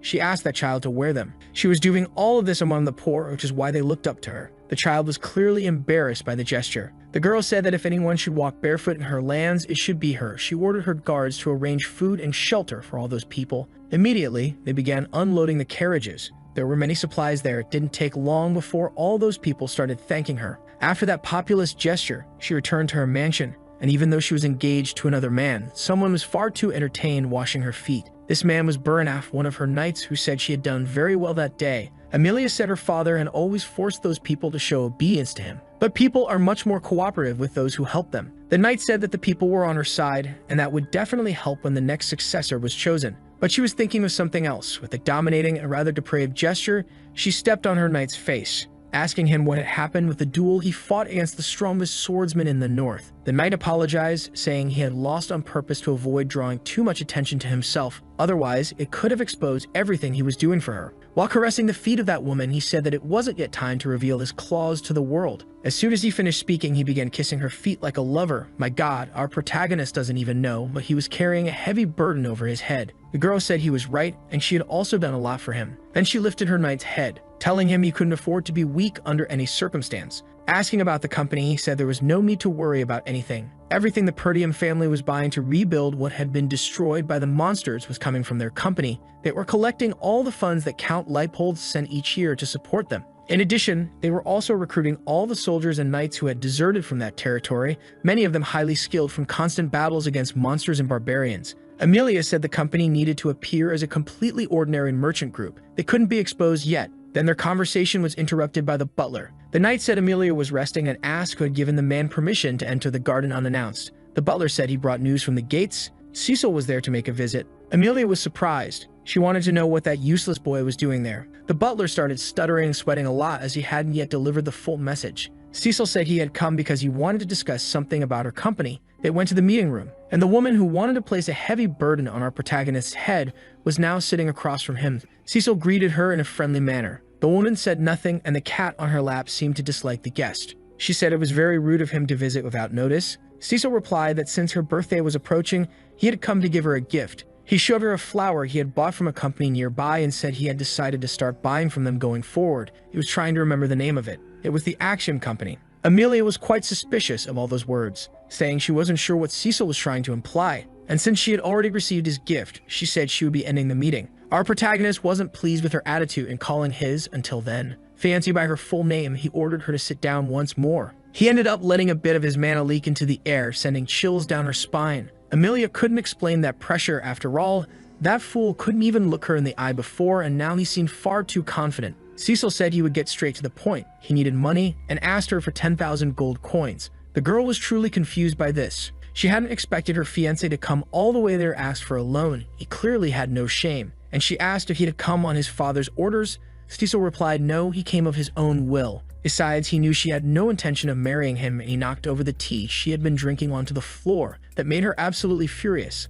Cecil said that if she managed to succeed her father, she could marry whomever she wanted, even the guard standing on the other side of the door, and it would be a real shame if someone found out she was assembling an army for the succession battle. After the boys said that, the cat went completely wild, almost lunging toward our protagonist. Amelia said he should be more careful with his words, and that he shouldn't say such things even as a joke. Cecil assured her he would keep it secret, for now, unless he left there empty-handed. Amelia said that wouldn't be the case. Then she called for her personal knight. Burnaf entered with the confidence only a man who is number 2 in a woman's life possesses. Greeting our protagonist, he said it had been a while since they last met. Cecil knew the basics about that man. He was strong enough to challenge the most powerful swordsman in the north. The boy said that if he died there, it could spark a territorial war, and asked if that was what she wanted. Amelia had everything planned. She'd simply claimed that Lunatic had attacked her guards and was defeated. That's the version everyone would hear. Then she ordered her knight to kill our protagonist. And with the determination only a man who's completely whipped can possess, he said he would obey. Cecil realized he had no other choice.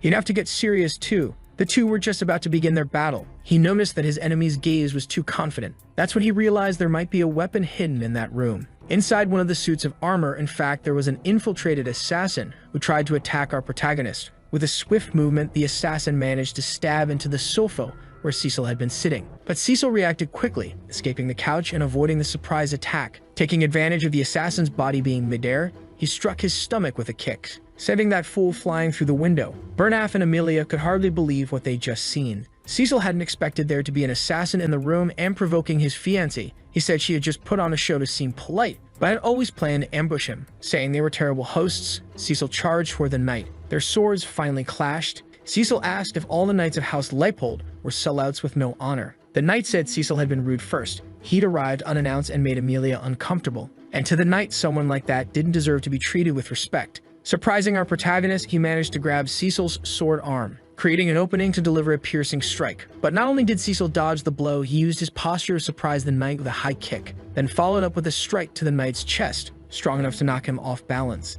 That way, he was able to gain distance from his opponent. The knight was thinking that the rumors didn't make sense. Cecil was supposed to be a useless boy with no skill at all. But after exchanging a few blows with him, he was sure of one thing. Cecil was far from just an amateur. Amelia was already growing uncomfortable, and she asked Bernaf what he was doing, since his opponent was just a boy. Showing irritation, she told him to hurry up and get the boy's head, if he truly wanted to be her sword. That was when Bernaf remembered he was just a tool to Amelia, and he loved that role. Gripping his sword firmly, he assured her he wouldn't disappoint her. Now prepared to endure another round of attacks from our protagonist, Cecil asked if that knight was giving him orders, because if that was the case, he should know his place. Bernaf said he was only being polite, but since the boy insisted otherwise, he would do as Cecil wished and began to cautiously approach our protagonist. And in the blink of an eye, he closed the distance completely, ready to deliver a piercing strike. Cecil managed to dodge by a hair that was truly dangerous. In addition to noticing his enemy's speed, his face was superficially wounded by that thrust. And that knight still hadn't finished showing the extent of his abilities.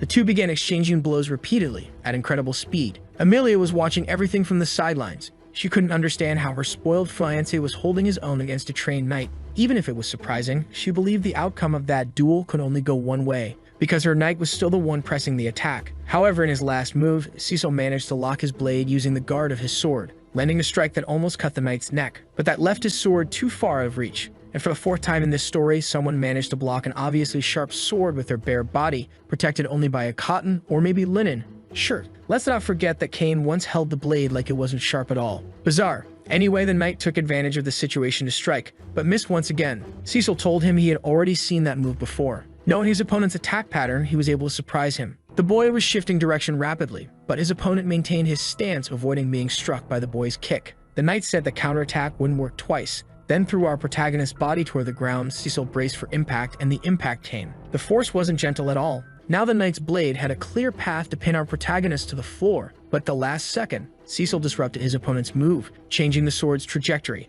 Immediately after that, he managed to put some distance between them, but he had lost his sword in the process. Cecil realized that the knight was using mana to withstand his attacks. Bernaf said the boy was nothing like the rumors, and admitted you only really know someone after fighting them. He realized that Cecil's swordsmanship came from experience, not formal training. He figured the boy had fought so much against barbarians that he picked up their techniques. Throwing the boy's sword far away, he said that technique might work in the chaos of the battlefield, but not against him. The boy's talent would only carry him this far. Cecil saw that everything was just as he had imagined. This opponent truly was formidable. His thrusts were fast and consistent, throwing off the boy's sense of distance. The height difference was also working against him. This wasn't an opponent he should be facing right now, but the boy knew he didn't have much time left, so he started using his mana threads. With a quick movement, he was already pulling his sword back into his hand, without the knight noticing. By the time Bernaf finally noticed the mana thread, the sword was already flying toward him. Luckily for the knight, the sword's guard hit his head. If it had been the blade, it would have been over. Cecil took advantage of the opening to close the distance with his opponent. Using the momentum of the movement, he landed a knee to the knight's face. Bernaf, dazed by being struck twice, had no idea what had just happened. Amelia fell into despair. She realized her knight was being defeated, because now, with his opponent wounded and confused, Cecil had a clear path to strike with his blade. The next attack was devastating. The knight barely managed to block it, but he was being harshly overwhelmed by the force of that impact. As soon as he regained his balance, he used his strength to throw the boy away. But Cecil remained completely focused on the fight and was already prepared to charge again. Bernaf realized things were getting dangerous and told Amelia to leave the room immediately, as he could no longer guarantee her safety. The knight had lost his patience. He wouldn't hold back anymore. Cecil said he'd been waiting for exactly that. It had been a while since he faced such an interesting opponent. Amelia picked up her cat and quickly left the room. But she was truly furious, feeling humiliated by what her fiancé had done. She also wanted to know who had leaked information about the company to him. There was no way he could know so much. Thinking about the recent rumors about him, she figured maybe he'd gotten lucky or someone had exaggerated the story. But after seeing him beat up her knight, she was sure it was all true. With that in mind, her expression grew increasingly cold. She was going to look for the knights she had hired. As soon as she reached the room where they were supposed to be, she found only bodies lying on the floor and a mysterious person. It was a woman, and she turned to Amelia, realizing she had arrived at that place. It was Belinda, who politely said it had been a while since they last saw each other. Amelia knew she was one of the Perdium family's maids, and before she could even react, she had been subdued by Belinda, who held a knife to her neck. Amelia realized she had become a hostage in her own territory. Belinda hadn't expected her to still have that disgusting spider in her mouth, so she pulled it out with her hands. She said that during the engagement ceremony, she overheard a conversation between the counts. Amelia had been teased by her brothers with spiders, so she turned against them by raising her own spiders. Maybe she was trying to overcome that trauma, or maybe she was just behaving foolishly. Either way, Belinda said it didn't suit her, then crushed the spider under her foot. After doing that, she told her to follow the orders she was about to receive. Cecil was still in the middle of his battle with that knight. The air in that room had changed completely. That was definitely a significant amount of mana. Bernaf asked if the boy had really called him an interesting opponent. That's something a mercenary would say. He said he was sick of the boy calling himself a noble, even worse, thinking he was on the same level as Amelia. Cecil, come on, you're the noble here. The one who doesn't understand his place is the knight. He's just a knight. The two were about to clash again. Moving like lightning bolts, their swords collided once more. The knight said the boy was an insult to nobility, launching a series of rapid thrusts at him. Cecil had to push his skills to the limit just to keep up with his opponent's precision. Because of those consecutive strikes, he was under heavy pressure. Indeed, that knight wasn't holding back anymore. Making a quick motion with his blade, Cecil told his opponent to slow down, managing to parry his last attack and preparing a counterstrike aimed straight for the knight's head. But his speed was truly impressive. He repositioned his hand quickly, blocking the protagonist's strike. With great skill, he was parrying all of Cecil's attacks. Even though our protagonist had taken the offensive, he still hadn't landed a hit, and the knight said he had a warning for him. Cecil's next attack would be his last, because he had managed to land his blade into the boy. After the blood sprayed through the air, Bernaf was stunned by what he saw. Cecil had managed to shift his shoulder at the last moment, as if he had predicted where the strike would land. He returned to combat at the same pace as before. The knight realized he couldn't lower his guard for even a second during this fight, but he was determined to defeat the boy. Before their blades could clash again, the knight surprised him with a kick to the ribs, saying that this was the difference between him and someone who only wields a sword for fun. The knight's physical advantage was truly impressive, and just as Cecil had imagined, it was quite fun. His opponent continued abusing his speed, closing the gap between them and blocking every physical strike. Cecil thought he couldn't beat this man, as it felt like his opponent's blade was always just an inch away from his own. To win, he needed more mana. That was the only thing holding him back in this fight. Cecil realized he would have to end it with the next strike. As he gathered his power, he became aware of something his opponent didn't know: his secret mana technique. Once he released the third core, his speed increased drastically. He managed to block the knight's attack while trapping his sword with a guard of his own. Making a lateral movement, he shifted the trajectory of the enemy's weapon. By the end of the motion, his opponent was completely disarmed. It was then that Bernaf realized our protagonist was truly dangerous, because he had amplified his mana power mid-battle, and the final blow was coming, until Amelia's voice called for them to stop. The tip of our protagonist's sword was touching the knight's forehead. His life was only spared because of that intervention. Amelia said she would hand over the 10,000 gold coins and ask them to leave the place. Cecil said this had been unnecessarily difficult. She should have handed over the money when he was still being polite. He finally pulled his blade away from the knight's head. Belinda asked if that wasn't a bit much for a lover's quarrel, and the boy said it was just a misunderstanding. However, he had some very bad news for Amelia. Now he wanted 20,000 gold coins. That place was completely wrecked, and several of Amelia's soldiers had been defeated. While the cat ate under the sofa, the girl began breaking things in a furious rage. She couldn't believe what had just happened. Her knight was apologizing, saying the boy was much stronger than he had expected, and that he had failed to gather information on the enemy. Amelia realized that Cecil had changed a lot. Bernaf asked if he should report this to Duke Delphine, but all she did was slap her servant across the face. She told him to watch his words and asked if he understood how powerful the Duke really was. If anyone found out what had happened there, they'd be cast out. She had only allied with him without her father's consent because of the promise of funding for the rebellion she was planning. That's why she must help him bring down the Perdium family. If any of that information leaks, her brothers could have her killed. If they discover the company, they might uncover the pact she made with the Duke. That's why Cecil must die immediately. The knight said he understood her orders. When asked how Cecil escaped, the knight said the boy had several small wounds across his body and a larger one on his shoulder. Since he had used a lot of energy, it would take some time before he could recover. The problem was that, if they couldn't act stealthily, they wouldn't be able to use the Knights of House Leipold for this mission. That's why she would use the ones who had been in training all this time. The knight knew she was talking about the wild cats. They were the elite among the orphans she had trained. After pointing to a place on the map, she ordered that the 12 most skilled in Mana be sent to that location. As soon as he saw the marked location, the knight understood everything. That canyon was the only passage connecting the two regions, ideal for eliminating someone in secret. The knight said he would prepare his squad. Amelia wanted Cecil to pay with his life for what he had done to her. Our boy was already in the carriage, and he felt something strange. He thought it might be his fiancée's lingering hatred. His personal knight looked worried and asked if the young master was all right, but Cecil assured Fergus that everything was fine. The wound wasn't too deep and his body was okay. Even though he may have overdone it a little, those 20,000 gold coins were more than enough to rebuild his territory. He had basically bought himself a few years. It would have been great if he had finished her off too, but that would have triggered a territorial war, and he couldn't let his grudge put his family in danger. They were already too busy dealing with the barbarians to the north, so he needed to plan his moves carefully. Amelia would have trouble organizing an attack, because he now knew about her company, and this time he would make sure to use that knowledge to the fullest. Belinda was watching our boy with intense curiosity, saying things had played out exactly as he had planned. She had been ordered to take out the guards if she heard any sounds of battle coming from that room, and to take Amelia hostage as soon as she left the area. Cecil wasn't impressed with the outcome of his plan. He said he gave the same order to Fergus. That's when he felt something very strange in his body. Showing signs of pain, the knight and Belinda became extremely concerned. Cecil knew it was a side effect of having unlocked the third core. It wasn't as bad as last time, but he couldn't let this keep happening. He needed to find a way to increase his mana flow. Without him noticing, Belinda was already checking his vital signs. With a needle in hand, she said his mana flow was very tangled. She made a few precise punctures, and the boy realized she really knew what she was doing. But it gave him a strange sensation, as if he were about to vomit. When he tried, all that came out of his mouth was a large burst of steam, and he felt his body recover slightly. Only someone with very refined mana control could do that. He knew it was his mother who had recruited Belinda. She was certainly not an ordinary person. Even though he'd known her his whole life, she was surrounded by mystery. Cecil was now wondering what made someone so powerful stay in that small town. And with the way things were heading,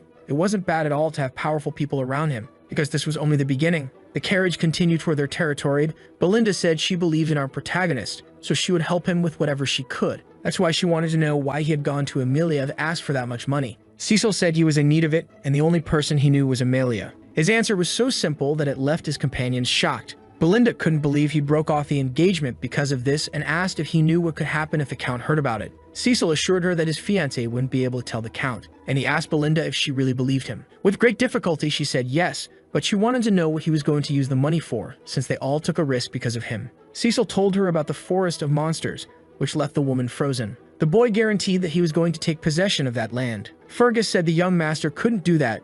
Everyone who had tried before had failed. Cecil asked what he had requested of the knight before they entered the castle. He hesitated a bit before responding. The knight said the person they were looking for was in that place, but he looked a little different. Fergus wanted to know if he truly desired that person. Cecil said that as long as he was alive, that was enough, and that they were going there. Belinda said they needed to return to the territory. He couldn't keep walking around injured like that. Cecil asked her if she truly believed Amelia would allow them to leave her land after what they had done. Belinda believed in their abilities. She said Fergus was also an exceptional knight. Cecil liked her words, but told her that this wasn't her responsibility. She was a different kind of warrior. He needed someone capable of handling the front lines, and that person was the one they were about to meet now. The boy knocked a few times on the door. Belinda, looking at the place, said it seemed to have been abandoned for a long time, but Fergus assured her this was the right address. Finally, the door opened. An old man received them there. He asked who those visitors were. Everyone except our protagonist was surprised by his appearance. Belinda asked if he was really looking for this person, as he looked far more decrepit than someone capable of standing on the front lines. But the boy was sure that this was the person he had been looking for. Returning inside his home, the old man said he must be just a bored noble,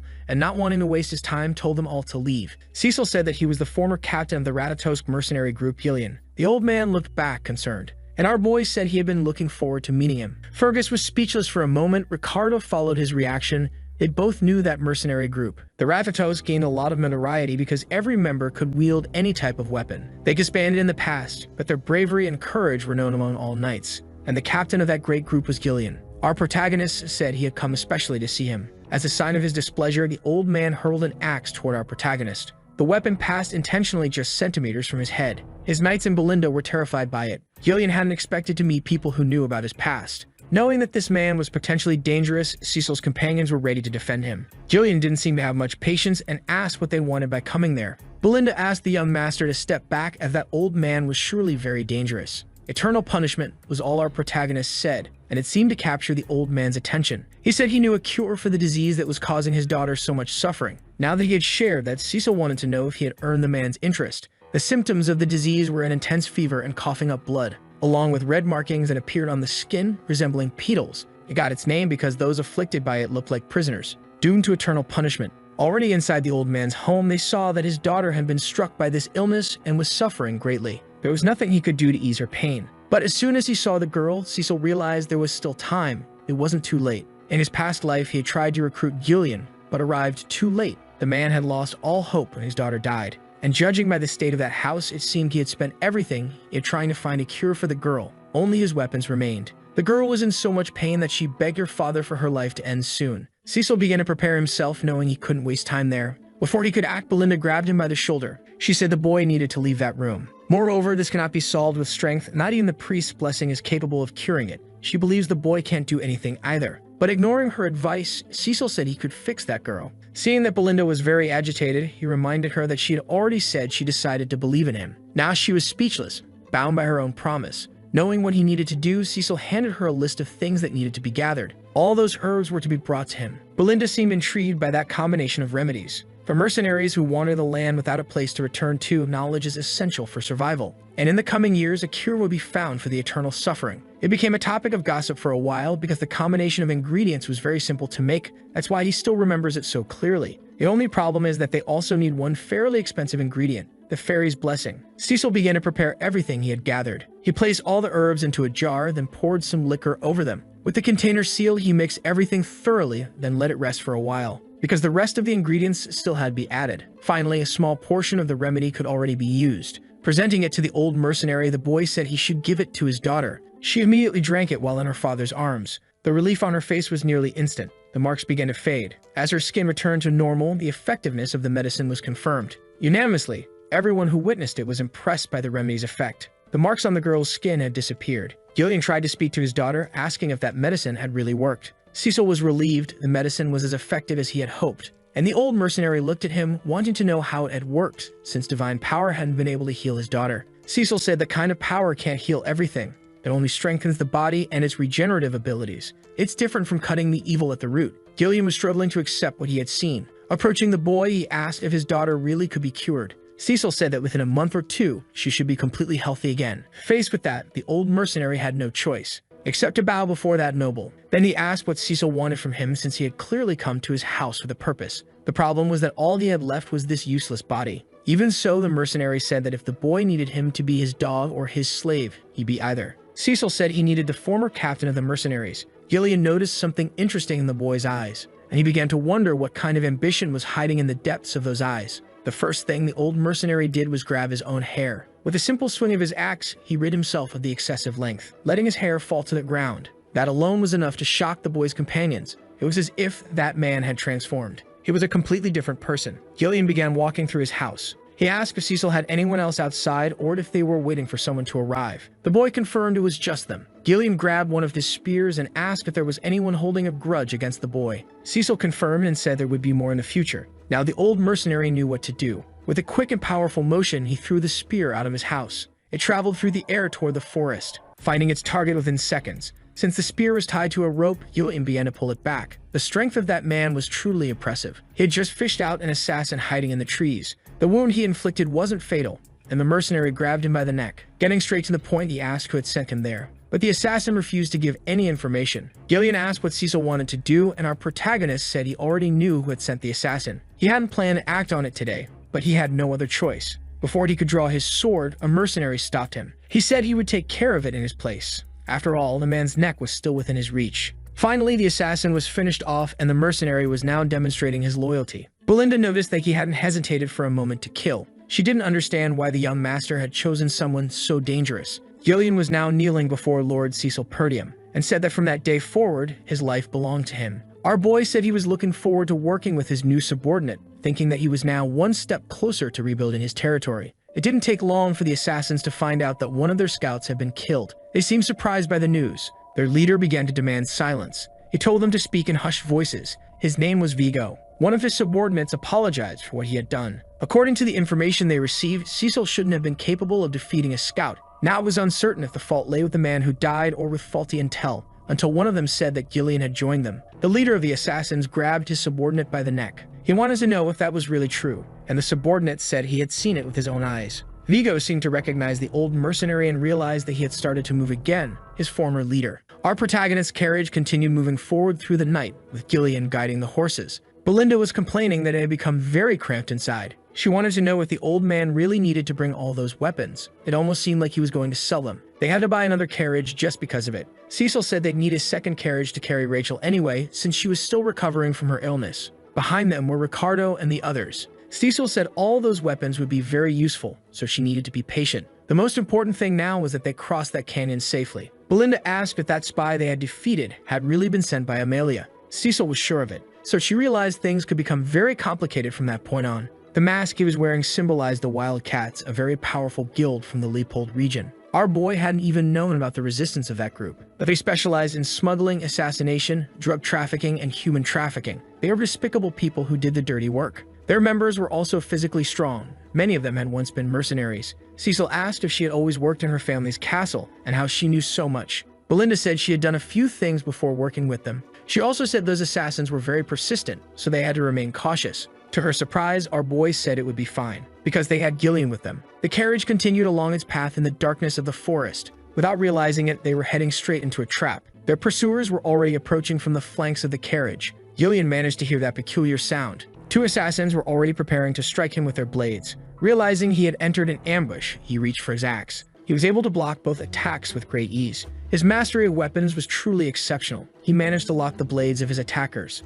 and reacting quickly, he turned them into people with permanent disabilities. But the mercenary didn't stop there. He also ended their lives. The carriage moved on, leaving behind the bodies of those who tried to stop them. Two other assassins cut some ropes that triggered a massive trap. Tree trunks were fallen from above. Belinda was terrified. If they were hit, they would surely be crushed. The mercenary had to act quickly to command the horses, stopping them from continuing forward. The path ahead had been blocked. Cecil had already expected they might fall into an ambush while trying to escape. Now their caravan was surrounded by dangerous assassins. Their leader began speaking to Gillian, the former leader of the Ratatosk mercenaries. But the old mercenary didn't seem to recognize the man's voice. Virgo kept approaching, saying he was a coward who disbanded the group because of his daughter. Gillian stepped down from the carriage, saying he didn't know what that man was talking about. Virgo said he ended up living a life he never wanted because of him, saying Gillian had grown so old he couldn't even remember what he had done in life. Even if he did remember, the old mercenary remained silent. Virgo believed he was only pretending not to recognize him and decided he would force him to remember, ordering his assassins to attack immediately. Cecil asked if he needed help, but the mercenary said it was fine. It seemed the man's grudge was directed solely at him. Surrounded by enemies, Gillian assured them he could handle them all by himself. A single strike from his axe was enough to slice several of them in half. The assassins began mocking him, saying he was just an arrogant old man. But the mercenary was already prepared to continue the fight, blocking attacks while ending lives. Every assassin who got close enough to him was dismembered and killed immediately after. There was nothing they could do against that old warrior, and he continued turning his enemies into puzzle pieces. Virgo realized the strength of that man had not left his body, but he had a strategy for that. He told his men to split up and attack from both sides. Gillian immediately mounted one of the horses. That move left his enemies very confused. Riding atop the horse, he took up a large axe. As he spun the weapon over his head, he began charging toward the group of assassins. Gillian was about to do what he did best: remove body parts with his weapons. The assassins realized they couldn't get close to him, so they decided to target the horse. But they hadn't counted on the old mercenary's agility. Using an axe attached to the end of a rope, he sliced down several more. Belinda, watching all this, began to feel very uncomfortable. This old mercenary was truly brutal. One of the assassins tried to surprise him from above. Gillian blocked his approach using a shield. Virgo seemed like a bitter man, saying his life had been ruined because of that old mercenary, and now he would personally end his life. As soon as he got past the shield, the assassin attacked the poor horse. Gillian had to dismount so he wouldn't be crushed when the animal fell. That created a major opening for his enemy, who moved in, ready to strike. But the old mercenary blocked the attack with his axe. While striking the man with his shield, he said he was no longer the leader of Ratatosk. The strength of that non-lethal blow was enough to send the assassin flying several meters. Slowly getting up, the man asked if Gillian truly wasn't the leader. He said he couldn't be fooled, and that he had been right about his suspicions. Gillian told him he had left his past behind, and that now all he was a servant of Lord Cecil, nothing more. The assassin became furious at those words, charging forward with fury, determined to end the old mercenary's life. The two were extremely skilled. They began exchanging blows at an unstoppable pace. Even trying to pressure the old mercenary, the assassin couldn't find any opening. He said the mercenary group vanished after their captain abandoned them, and because of that, he couldn't fulfill his dream and had to take on that kind of dirty work to survive. Gillian continued listening to the man's words, while countering every single attack, showing he was fully intent on ending him. The mercenary's last blow created a large opening. The assassin used it to kick him. That final blow destroyed the shield Gillian was using. Virgo said he was ready to give his entire life to make Ratatosk the most famous mercenary group in the world. But that old mercenary abandoned everything to become a noble's dog. And now Virgo deeply despised him. He hurled his daggers for Gillian. The old mercenary managed to block all of them using his axe, but the assassin used that moment to approach him stealthily. If not for Gillian's speed, that strike would have landed for sure. The two clashed blades once more. Virgo felt like he had the upper hand in that duel, believing the old mercenary was no longer at the peak of his strength. While Gillian had spent all those years caring for his sick daughter, the assassin had gained experience in the underworld. He believed they were no longer on the same level. After shifting positions, the assassin retrieved his daggers with his boot, once again hurling them toward the old mercenary. This time, they struck him, blocked only by the armor on his shoulder. He also realized the assassin wasn't stopping his advance. When he attempted to hit him with the axe, Virgo said, "See you later." Finding an opening, he believed he would finish the fight with that strike. But things didn't go as he planned. The mercenary's hand managed to catch his blade. Gillian asked if his desire for revenge was really that strong. Virgo finally understood what had just happened. The old mercenary had blocked his attack by shielding his hand with mana. He couldn't believe his own mana wasn't able to break through that defense, and right after, his face was struck by the axe. The first strike that hit him was strong enough to end the battle. His body slammed into a tree, and now the assassin was trying to recover. Gillian began approaching the man, saying he didn't understand. He said that if the assassin truly wanted revenge, he could have attacked him at any time. It was curious, to say the least, that he had waited until that day. The assassin said that he really must not know what happened. He had already gone to the old mercenary's home to carry out his revenge. But when he found there wasn't the leader he once knew, it was just a weak old man, not worth the effort. It wasn't the Gillian he used to admire. The old man finally understood what was going on. Throwing a sword toward the assassin, he told him to stand up. He said that now he too was being led by someone, and from that moment forward, he would treat his old companion with the respect he deserved. As the leader of the Ratatosk mercenaries, Virgo seemed to like the way things were turning out. As soon as he picked up the sword from the ground, he said he had finally found a worthy opponent, and the swords they carried clashed once more. The assassin said that was exactly what he had been looking for. The two began exchanging blow after blow. Sometimes the old mercenary was on the offensive. At other moments, the assassin managed to put pressure on him. The battle was fierce, until the old mercenary managed to stab his sword into the assassin's ribs. Immediately, the man began writhing in pain. Even with such a critical wound, he tried to strike the old mercenary one last time. But that only gave Gillian the chance to bring his axe down on him. He said he would remember him. Virgo Villanos, leader of the 5th unit of the Ratatosk mercenaries. The poor man gave a faint smile before his life was ended by the mercenary's blade. At last, the ambush attack had come to an end. Gillian retrieved the sword he had given to his opponent. He was ready to continue the journey, until our boy told him he had done a good job. Belinda said the equipment they could salvage from those people would be worth a lot of money. Gillian apologized to Cecil, saying it had taken longer than expected, but our boy said it was fine, while also admitting that he was an even more exceptional warrior than he had expected. When he started working as a mercenary in his past life, he heard many stories about him, and Cecil felt great relief to have succeeded in recruiting him. Looking at the old mercenary, he asked if he remembered who that man was. Gillian said yes, he was an old companion. Our protagonist seemed to understand what he was feeling now. He also wanted to know where his old companions were and what they were doing with their lives now. And he was sure of one thing: he would try to recruit them again. But he decided to follow Belinda's advice and collect everything of value from that place. Belinda asked the old mercenary to start working, but he was clear in saying that he didn't work for her. After 2 long days of travel, they finally arrived in Perdium territory. Belinda was quite relieved she couldn't take traveling anymore. Looking outside, our protagonist was able to see his family's lands. Feeling how good it was to have a place to return to in his past life, he thought he could return whenever he wanted,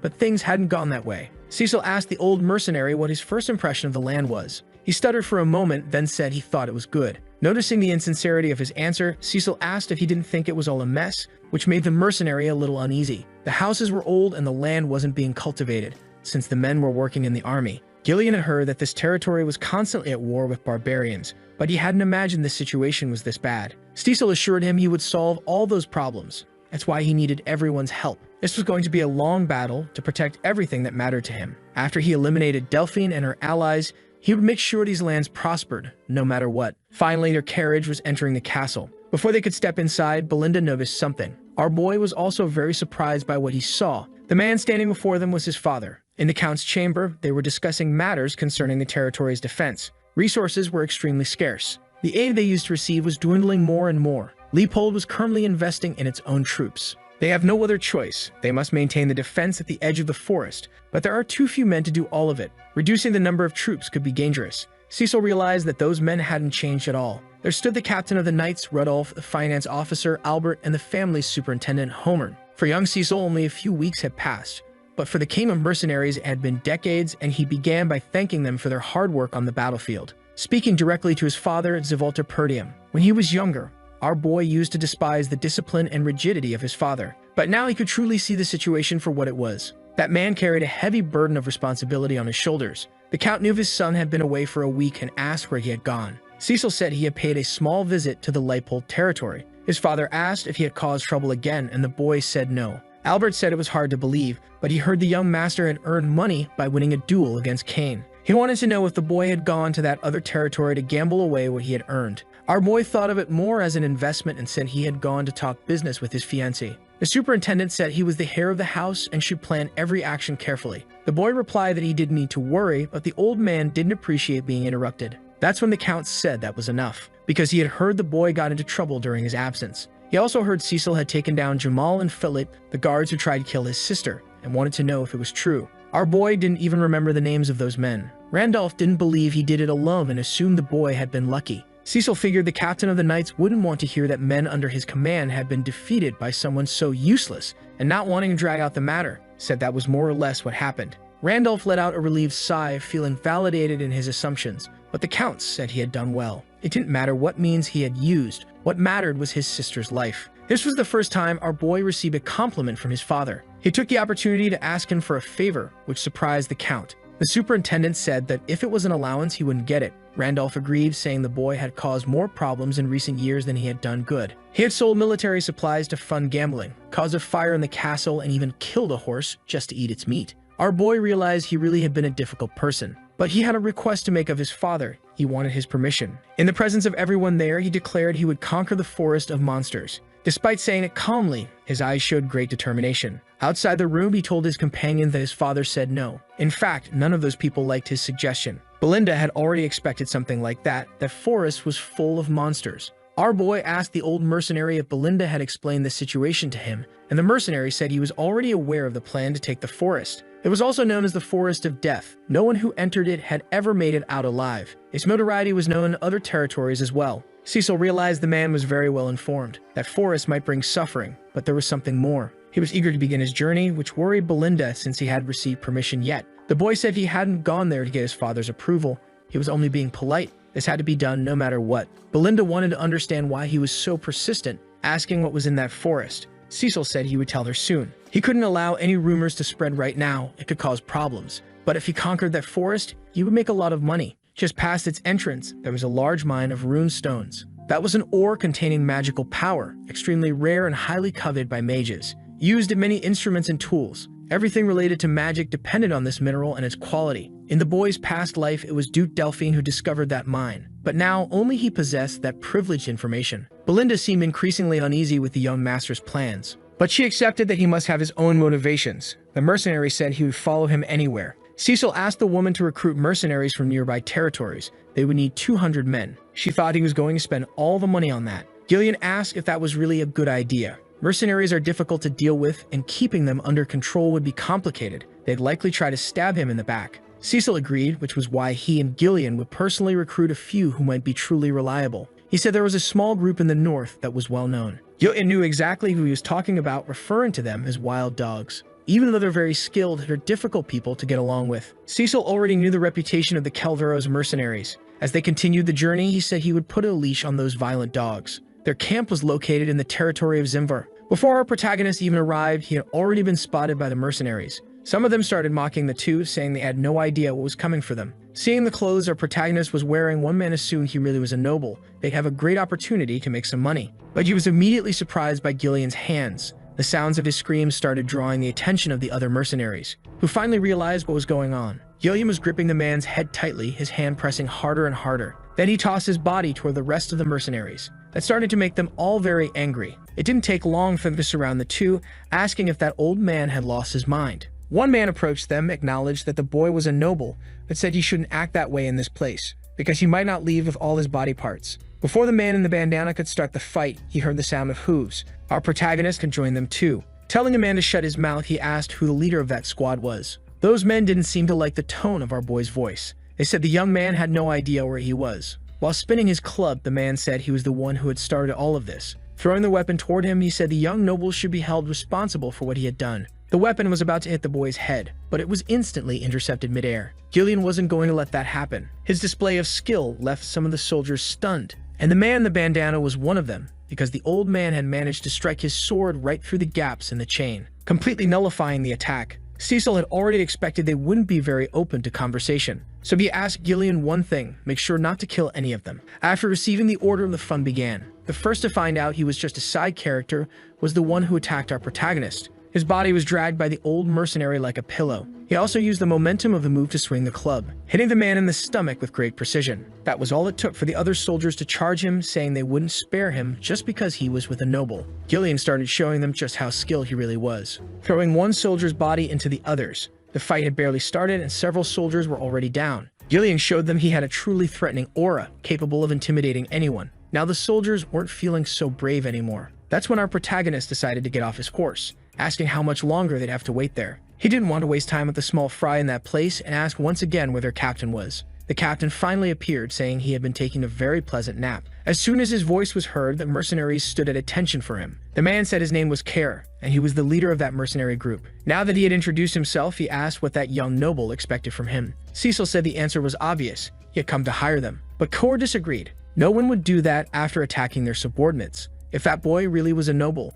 he should understand at least basic etiquette. Cecil said that was his way of greeting them, thinking it would be the best way to take control of them all. Kerr didn't like those words. He said the boy was about to start a war with all of them, but he decided to hear him out. Gathered inside a tent, the meeting began. Kerr wanted to know what the job was. Cecil said they were going to the forest of monsters, and he was hiring them to help with that mission. Some soldiers began to murmur about it, as they were well aware of the forest's reputation. Kerr found the proposal interesting and asked why the boy would want to enter such a dangerous place. Cecil said that he was the heir of the Perdium family. That alone was reason enough. The mercenaries fell silent, only to burst into laughter shortly afterward, doubting that our protagonist could accomplish something so difficult. Kerr said that place wasn't meant for the weak like him, and he had heard enough of his proposal, stating that he no longer had any business with that noble. But our boy wasn't there to back down. Provoking the mercenary, he asked if he was afraid of the task. He said he had heard that Kerr's group was really strong, but it seemed those rumors were lies. Kerr put his feet up on the table, saying the boy was jumping to ridiculous conclusions.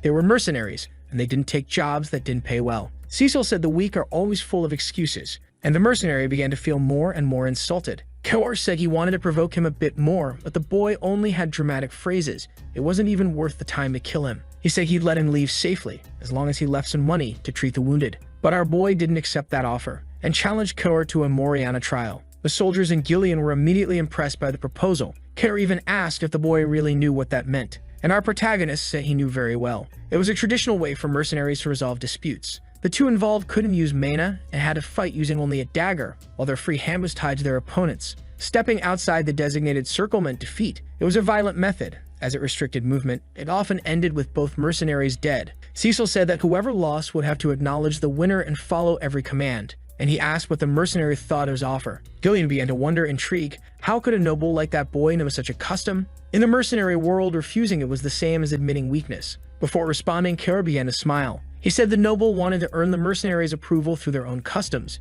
He couldn't refuse that. Soon, their hands were tied, and they were ready to begin the duel. Gillian was watching carefully to see what would happen. Kerr believed that the noble must have overheard some things, but he would soon regret it. He pulled on his arm to show that he was stronger, saying he had already done that trial 5 times. Our boy adjusted his posture, then pulled Kerr back with the same strength he had been pulled, revealing that he had done the trial hundreds of times. After that short exchange, the fight between them truly began. Both had to be extremely careful. Any misstep could lead to defeat. In their first strike, neither blade found its target. They corrected the path of their daggers. Their necks were nearly slashed within inches. Even though the distance between them was practically zero, no hits landed. Until Kerr decided to use his superior strength. Turning our boy around, he tried to strike a few more times. But Cecil, empowered by protagonist's instincts, managed to defend every blow, until he pulled off an effective dodge, facing his opponent once again. However, he realized the next attack wouldn't come from the hand holding the knife. The boy had to block a kick from his opponent. Since they couldn't use mana in the duel, physical strength was truly vital. Kara said he was holding up well, but doubted he had really done this hundreds of times. It was hard to do even once in a lifetime. While attacking, he said our protagonist needed to be a bit more convincing with his words. The mercenaries believed the noble was being pressured by their leader. Gillian watched them with rage in his heart, making those mercenaries stop cheering immediately. But the truth was, he also realized it. The boy was at a disadvantage. The circle was too small. Without mana, they depended entirely on physical power. The difference in size made everything harder. Cecil was barely managing to block the strikes from his opponent. Kor seemed to behave as if he could do whatever he pleased. But the old mercenary already had a contingency plan. If his master's life was at risk, he would make his axe sing. Kor managed to grab Cecil's arm and was about to slam him into the ground.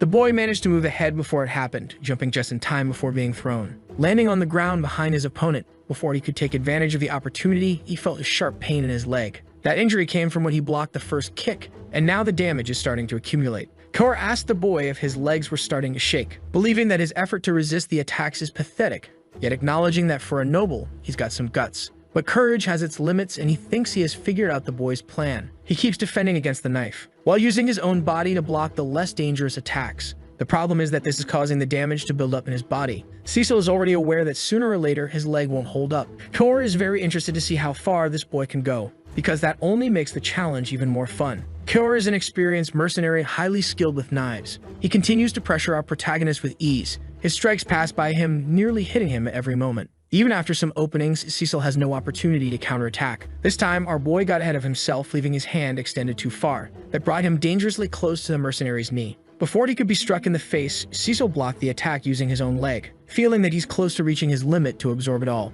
Kor believes he's getting closer and closer to the end. This time, he's going to land a clean hit on the boy. Gillian realized he might need to intervene to prevent the worst, but our protagonist still has an ace up his sleeve. He wasn't hit by that dagger, and now he was exactly where he wanted to be. Kor didn't expect the boy to dodge that strike. Cecil took the opportunity to circle around his opponent. Finally, the first hit of that challenge had landed, and the mercenary realized he wasn't the one who struck first. Both the soldiers watching and the old mercenary were surprised by the outcome. Kor tries to strike back immediately, but his blade only found the wind, and in response, he was cut once again. It's hard to believe he was hit twice by a noble. The soldiers started cheering for their leader, trying to boost his morale, while Gillian watched in complete disbelief. The mercenaries' attempts were all being thwarted, and now he started taking hits in every possible way. Cecil had created an excellent opportunity, managing to hit him in the face repeatedly. Switching the position of the dagger in his hands, he drove the blade into the mercenary's forearm. Completely driven by rage, he tried to hit the boy in any way possible, but none of it was working at that moment. He started thinking the boy was cheating, because just seconds ago, he couldn't dodge any of his strikes.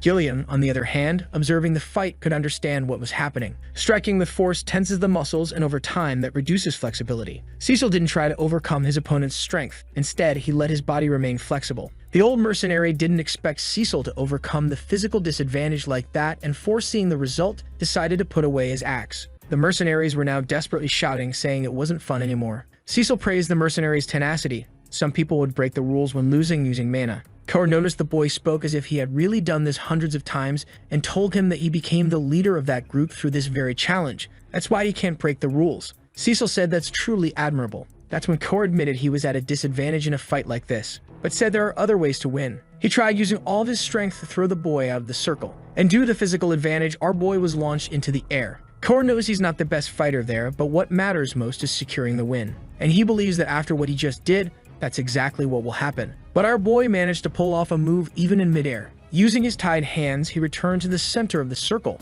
while striking Kor's stomach. Because of the bindings, Cecil was able to prevent himself from leaving the circle. Now he was too close to his opponent. Acting quickly, he managed to immobilize one of his arms, causing the leader of the group to fall to the ground. Everyone realized he was practically defeated, because Kira's head had hit the ground outside the circle. Still unable to accept the outcome, the mercenary asked if he had really lost. And our boy said he is the victor. Kor wanted to understand how someone so young could be so skilled. Cecil said he should learn to behave now because he had become his master. Then he brought the mercenary's body back into the circle. He had no idea what was going on. Cecil said that this mercenary hadn't actually stepped outside the circle, which is why he was about to teach him a proper lesson. Right after saying those words, he struck the mercenary in the face with full force, causing him to fall to the ground once again. Kerr tried to plead for him to wait, saying the rules of the challenge state that he loses only when he falls outside the circle. But our boy completely ignored his justification. Sitting on top of him, he asked if he planned to pull out the rulebook in the middle of a battlefield. The mercenary asked if he really considered himself a noble. Cecil said that man shouldn't respond to his master like that, and hit him in the face once more. A full-on facial massage session began right there in front of everyone. As the mercenary took the beating, his subordinates weren't sure if they should step in, since the challenge was technically over. Kerr was already begging for it to end, so our protagonist picked him up once more, just to remind him that he still hadn't stepped outside the circle. And the mercenary realized what was happening. Desperate, he ordered his men not to just stand there. They were to kill that guy immediately. Some of them gathered the courage to obey, but they halted their advance as soon as they saw the old mercenary, who was ready to let his axe do the talking. He said anyone who got in his lord's way would get a one-way ticket to find out if the afterlife has an age requirement. At that very moment, those armored men soiled themselves, and Kerr realized there was nothing more he could do, because in front of him stood that furious noble who still wanted to continue the conversation. Kerr expected words, but instead he got fists. He had been getting beaten for a long time now. The nobles he'd met in his life were all bastards. If they weren't arrogant pigs, they were traitors or simply narcissists. Pathetic worms who begged for their lives the moment they were cornered. Taking money from people like that always brought this mercenary great joy. Now he couldn't understand how someone like him, known as the Mad Dog, ended up in a situation like this,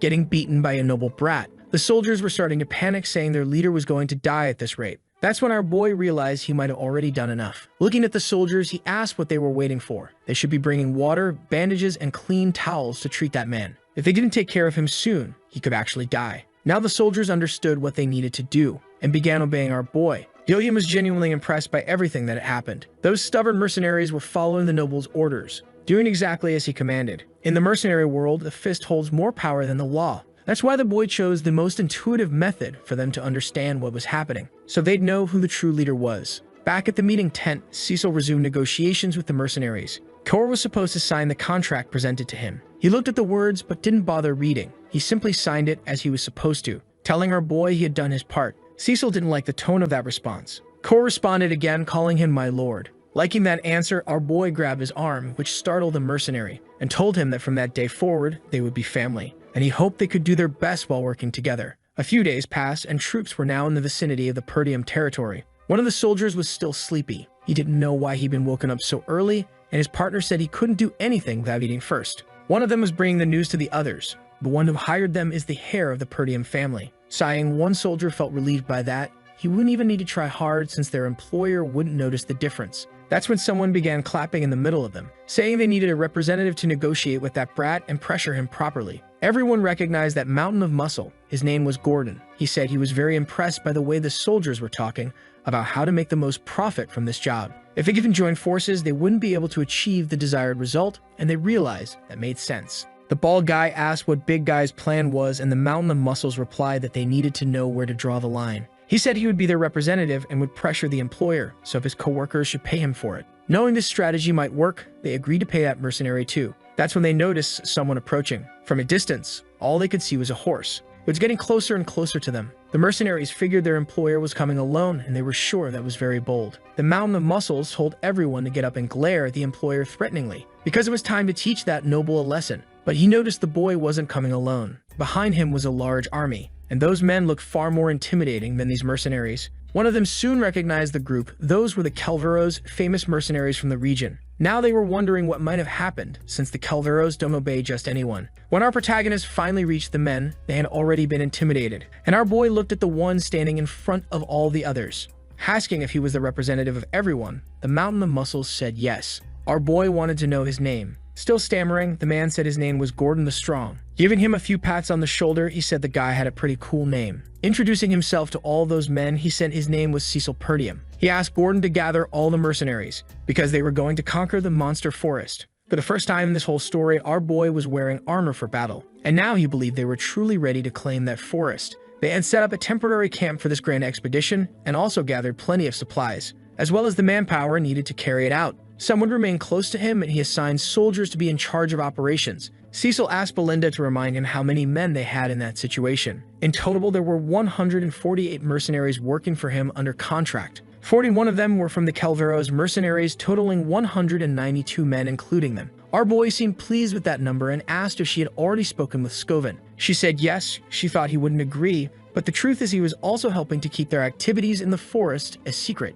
Cecil realized the situation was completely in his favor, so he started speaking to all his men. He said they were going to face the monster forest and would claim dominion over it. He was sure everyone had heard the rumors about its dangers. All sorts of monsters lived there, even ones beyond imagination, but they couldn't focus only on the danger. Some of the mercenaries didn't know they were headed to that forest and began to feel afraid, knowing they might die. Belinda didn't like that they had interrupted the young master. Cecil assured them that the fearful could leave now, but promised that if they completed the mission, he would triple their pay. That instantly filled those men with courage. Belinda began scolding the boy because she knew they had spent nearly all their funds on this expedition, but he had done it to boost everyone's morale. And if he completed his mission, money would be the least of their problems. Looking firmly at her, he asked if she still believed in him. Even though she was very worried, Belinda said there was no other choice. Cor believed only a fool would make such a promise, asking the old mercenary if his master was really being reckless. Jillian said the boy knew what he was doing. The troop had finally been assembled, and it was time to march into the forest. They needed to clear a real path, cutting down many trees in the way.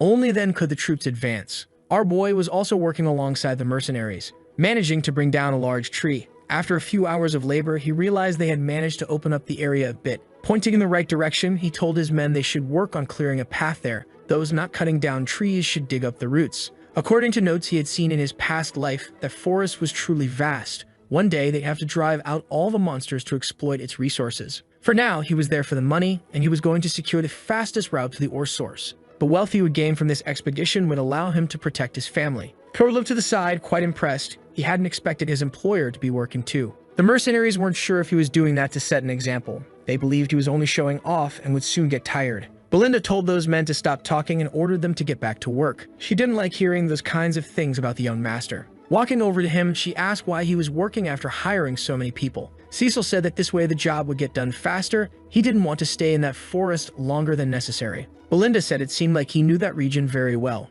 Kurt commented that his employer even had a woman who cared about him, something to be jealous of. Since he wouldn't stop talking, Gillian accidentally bumped into him with a tree trunk, which made Kimmer want to pick a fight with him. Despite the tension between them, Cecil realized things were going smoothly. After Count Delphin conquered the kingdom, he established a new dynasty and decided to explore that forest. Cecil never discovered what motivated that, but it allowed him to learn privileged information like the monsters that lived there. That way he was able to prepare for them. Some mercenaries didn't understand why they had brought so many lanterns. Torches would have been cheaper. Cecil was starting to get nervous because nothing had happened yet. The information he had came from a book. He had never seen anything with his own eyes, so he told his men not to let their guard down, because they were venturing deeper and deeper into the forest. The mercenaries continued cutting down trees. It finally got dark, and one of them asked if it was already nighttime. Another was skeptical about the danger. They hadn't seen anything. Maybe the rumor was exaggerated. Maybe this job was actually worth it, and the bald guy wanted to be paid by Gordon, who had done nothing for them. But it seemed that man saw something. He called over his companions. He said that on the way there, they had cut down several trees. His companions agreed it had definitely been done. The problem was that the path they had cleared was now gone. That left the mercenaries deeply concerned. Cecil told everyone they should prepare to fight, and all the mercenaries drew their swords. Some started to get nervous. They couldn't see anything, so they didn't know why they should prepare to fight. Cecil began talking to Gordon, saying he would die if he stayed there. He told him to step back slowly, one step at a time, and the mercenary began following the instructions. But being extremely clumsy, he hit one of the trees with the trunk he was carrying. Thrown off balance by the impact, he fell to the ground shortly after. His companions began to worry about it, and Gordon looked back, visibly worried. But so far, nothing had happened. His companions were nervous, but didn't know what they should be waiting for. Cecil remained completely focused. That's when the bald guy said their employer was just a scared kid. He told them to look around. They must have gotten confused because everything in that forest looked the same. The forest was just dense and nothing more. Cecil told the bald man to step back too slowly or he could end up dead. The bald guy didn't like that attitude. He said our protagonist was just trying to scare everyone to control them. Before he could finish his speech, something grabbed him by the waist,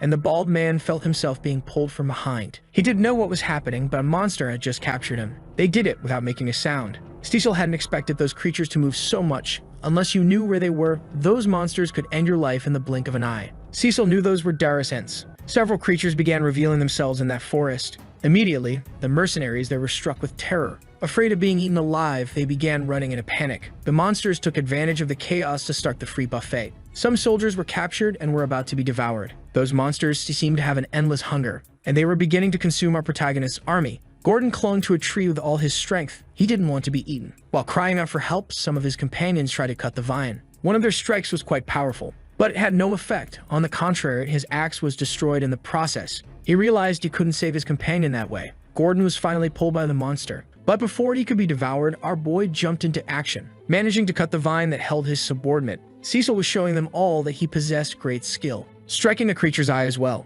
Right after that, it was clear the monster began writhing in agony. The mercenaries saw that their employer had managed to wound one of the creatures. Cecil started shouting in the middle of them, telling his men to pull themselves together. If they scattered in that forest, they'd become easy targets. They needed to protect themselves with their shields and stay together. Until they received the next order, they should focus on defense, and the mercenaries seemed to understand that, forming a tight shield formation as none of them wanted to die in that place. Cecil went to Kara to get the oil lanterns. He said they should light them and throw them at the monsters. Now the mercenary understood why they had brought so many lanterns. One of the soldiers said the monsters were getting closer. Cecil ordered everyone to throw the lanterns. This was their chance. And so they did as commanded. The fire was heading toward the creatures. Just as they were about to be hit, the monsters used their vines to destroy the lanterns. Kor was impressed, realizing they had blocked everything. They wouldn't be able to set them on fire that way. Now the monsters resumed their attack. That's when a powerful axe made its entrance. Gillian was defending the men using his skills. Belinda was doing the same. Showing her mastery with daggers, she managed to hit another creature in the eye. Cecil told them to keep protecting the others while preparing to throw more lanterns. Our boy charged at the creature with his sword. Belinda was very worried about him, wishing the young master would be cautious. The boy was able to defend himself with great skill, but the monster was just waiting for the slightest opening to strike him. After multiple attacks, our boy dodged every one of them, getting closer and closer to that terrifying creature. The soldiers noticed that those monsters had feet too. They definitely weren't just trees. Cecil was nearly crushed by one of the monsters, but managed to cut what seemed to be the creature's leg. And right after that, he drove his sword into its eye. While the monster screamed in sharp, intense pain, the soldiers noticed the boy was being surrounded. Belinda said this was the moment. Everyone needed to start throwing the lanterns, because this time the strategy was going to work. Since the monsters were distracted by our boy, they weren't able to block the lanterns, and then they began to catch fire. Cora was highly entertained by the success of the plan. Cecil said they must not stop. They had to keep pressuring the monsters until every last one of them had been consumed by the flames. It didn't take long for the fire to spread everywhere. Some mercenaries were amazed. They hadn't imagined it would be possible to fight those things. That was enough to fill them with courage. Maybe the task was easier than they had expected. Gordon believed those trees didn't stand a chance against fire. Cecil said his men couldn't let their guard down yet. The fight was only beginning. Now they were going to witness the true form of those monsters. A great cloud of smoke began to rise. The men didn't know what had caused it and were wondering if the fire had gone out. Belinda and Gillian rushed to our protagonist immediately, intending to protect him. The woman wanted to know what happened to those things. Cecil said their outer layer was weak to fire, but their flesh wasn't. That vapor came from the fire reacting with their flesh. As the smoke cleared, a thick shell could be seen. Those monsters were revealing their true form, and now they were charging furiously at our protagonist's army. Some soldiers were terrified by the sight. They thought they had already won. That's when they saw the boy's sword raised. He asked everyone to listen to his words. They should raise their weapons now, because that battle had turned into close combat, and he was the first to charge into the enemy ranks. The soldiers simply watched as that noble ran alone into battle. Some couldn't accept the idea of facing those monsters. They were sure they'd be crushed. Kora's mercenaries didn't hesitate to enter the fight. They had been waiting for an opportunity like this. Even Belinda ran after the young master to make sure he would stay safe. Gillian asked the rest of them what they were waiting for to get to work too. They had received an order from their employer. They needed to trust and follow his lead. The problem was that many of them had already soiled their underwear. But since there was no other choice, they decided to charge into battle, confident in the young master's strategy. Now that the monsters weren't protected by that shell, they could be defeated without using mana. Cecil said his men must not be afraid. They should defeat those creatures as quickly as possible. Now his entire army is fighting together. Hesitation in that place is the same as death. Cecil's duty is to encourage his men so they don't have time to hesitate. To set an example for all of them, he kept cutting down those creatures as if they were made of butter. He needs to strengthen his men's willpower so they begin to believe that nothing is impossible. After several intense minutes, it seems they finally managed to defeat all the creatures. Some of his soldiers are struggling to believe they actually did it. Cecil ordered everyone to get back in formation immediately, and they quickly fell in behind him. That was just a small sample of what the monster forest truly is. They hadn't even entered it properly yet and already had to face multiple direst ends. The mercenaries realized things are only going to get harder. Cecil said they shouldn't worry. because he will always make sure to guide them across the battlefield. That's why they should trust his orders and follow his leadership. Little by little, those men were starting to believe that this might actually work. His army kept advancing through the forest, defeating the monsters that appeared and cutting down the trees in their path. Belinda remained excessively cautious with him, while increasingly dangerous creatures kept appearing deeper in that cursed forest. The mercenaries began to feel like there was no end to that hell, but among them were some with great determination. Gillian and Kara were true forces of nature. After cutting the leg of a huge creature, it began to fall toward the men. Gillian stopped that from happening, holding the beast back with his shield. Right after that, it was finished off by our protagonist's strike. Once that battle ended, he asked if any of them were injured, but everyone was fine. The mercenaries already knew that if they wanted to survive and overcome that challenge, they needed to stay close to the young master. Gillian noticed the mercenaries were becoming more cohesive, and Kara said there's nothing better than experience. Cecil approached his men and told them they still had a long road ahead. But among them was a mercenary who couldn't overcome his own fear. He was convinced that everyone there had gone insane. The forest must have clouded their judgment. With the moon high in the sky, they reached a large water source. The mercenaries immediately rushed to drink from it, not expecting to find anything like that. Belinda said they were fools and should act with more caution. Cecil was thinking that everything had gone ideally so far. They needed to cross that lake to reach the ore source. He said they would set up camp in that spot and rest for the night. Gradually, the mercenaries gathered around campfires, wondering what the forest still had in store for them, until one of those groups received an unexpected invitation. One of the men was planning to flee that place. He said there was no longer any reason to keep risking their lives in the forest. Staying alive was more important than money. Gordon told him they'd come too far to turn back, and he'd heard from the young master that they were close to the destination, but the coward didn't believe a word of it. He believed that the young man was only trying to gain recognition from other nobles by taking reckless actions. But those mercenaries had already been paid, and they would follow the orders given to them, not to mention that the young master had saved their lives more than once. The coward acknowledged the skills of our protagonists but believed they'd just been lucky so far. One wrong move and they'd all be dead. He claimed that the young master would treat them like trash. As soon as things got difficult, they'd be used as meat shields. All nobles were the same. Slowly, some of the mercenaries began listening to him. That was what the coward wanted, since he couldn't leave the forest completely alone, and he planned to use his companions as bait if necessary. One of them said they all should already be dead. They were only alive because of the young master, and he pointed to him at that exact moment. Our boy was applying ointment to heal the wounds of those mercenaries, giving each of them instructions on what to do for proper recovery. Belinda knew that medicine was very expensive and wished he would save it for a more special occasion, but he had brought it for this, to use on those in need, and there was a line of mercenaries waiting for it. One mercenary said that the medicine being used on them was worth far more than the payment they'd receive individually. It made no sense for them to be used as human shields after all that care. And looking at that fact, they realized this employer was completely different from any they had met before.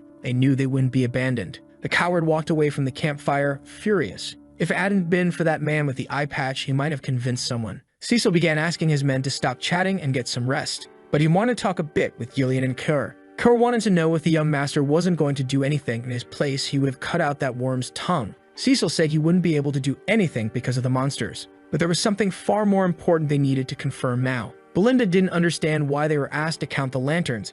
They currently had 24. As expected, Cecil noticed they had fewer and fewer. On the first day of the expedition, monsters attacked their company day and night, but the last 2 nights had been surprisingly quiet. His men wanted to know what that meant. Gillian said they had entered the territory of a creature that hunts at night, and it was certainly powerful. Our boy confirmed that was the case. That's why he was starting to get a little worried, because they had arrived at the most dangerous part of their expedition. It didn't take long for all the mercenaries to begin resting. While Gordon was sleeping peacefully, he began to feel the glow of something approaching his face. He realized it was one of the lanterns they had brought, and he was immediately terrified, because that object should not be floating, which was why he was so afraid. He also noticed something was far too close to his neck. He began making a huge scene, which quickly got the attention of all his companions. Squinting his weapon wildly, he said there was a monster there, doing everything he could to stop it from getting close to him. Only Gordon was able to see those creatures. As he moved around in panic, his companions were trying to understand what was going on. Gordon tried to explain the situation, saying he could swear there had been a monster right beside his neck just moments ago. But to his companions, it only seemed like a nightmare, because there was nothing in the camp, and Gordon realized they were telling the truth. Noticing that he could no longer see the creatures,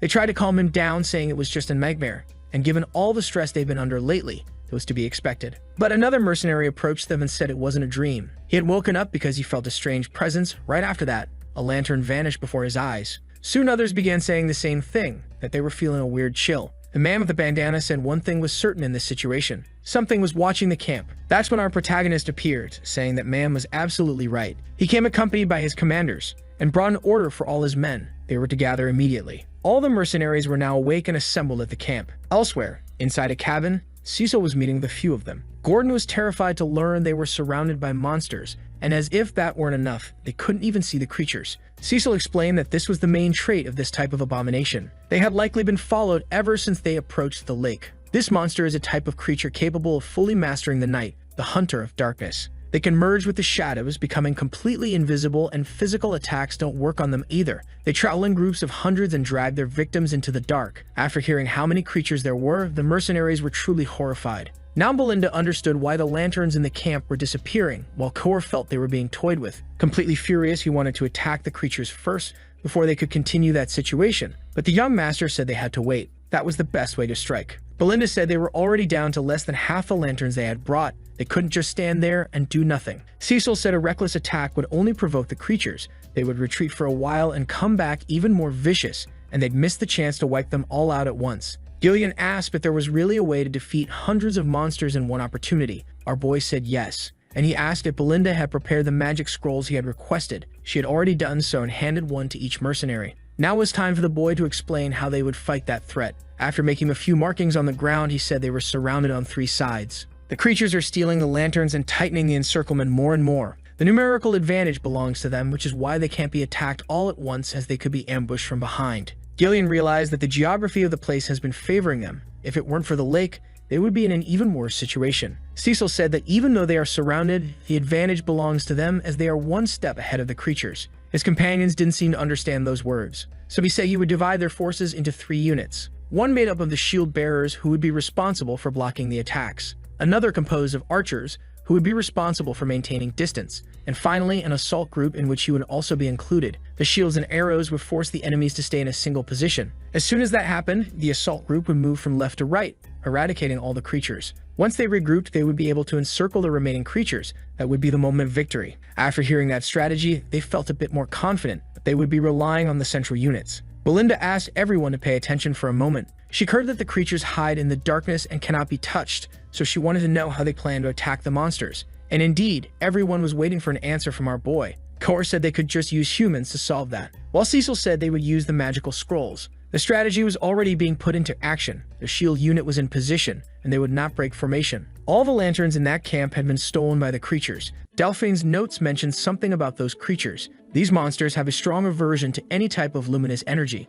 and as soon as they are illuminated, they revert to their physical form. Everyone began tearing the scrolls that had been provided, a coordinated action. Magical energy began gathering above the camp, and the monsters noticed that something was happening, because an intense luminous energy was coming down upon them all, forcing their bodies to reappear physically once more. The mercenaries could now see what they were truly fighting. Gordon had not imagined that these shadows had been surrounding his camp, and even after being revealed, the monsters kept advancing. The archers were prepared to maintain distance from the creatures. They were firing to allow the shield division to hold their position, while the protagonist's assault group was waiting for his command. Their true forms had been revealed, and our boy was ready to coordinate his men. He gave the order for them all to begin the attack. Gathered with courage and determination, it didn't take long before those creatures started being exterminated. Our protagonist is highly skilled with the sword and is enthusiastically eradicating those beings. Even though the creatures can hide in the shadows, their physical form is truly weak. His assault group can destroy them quickly, and he gave the order for them to kill as many as possible in the shortest time. Gillian is capable of drawing the enemy's attention, as he can block a large volume of attacks.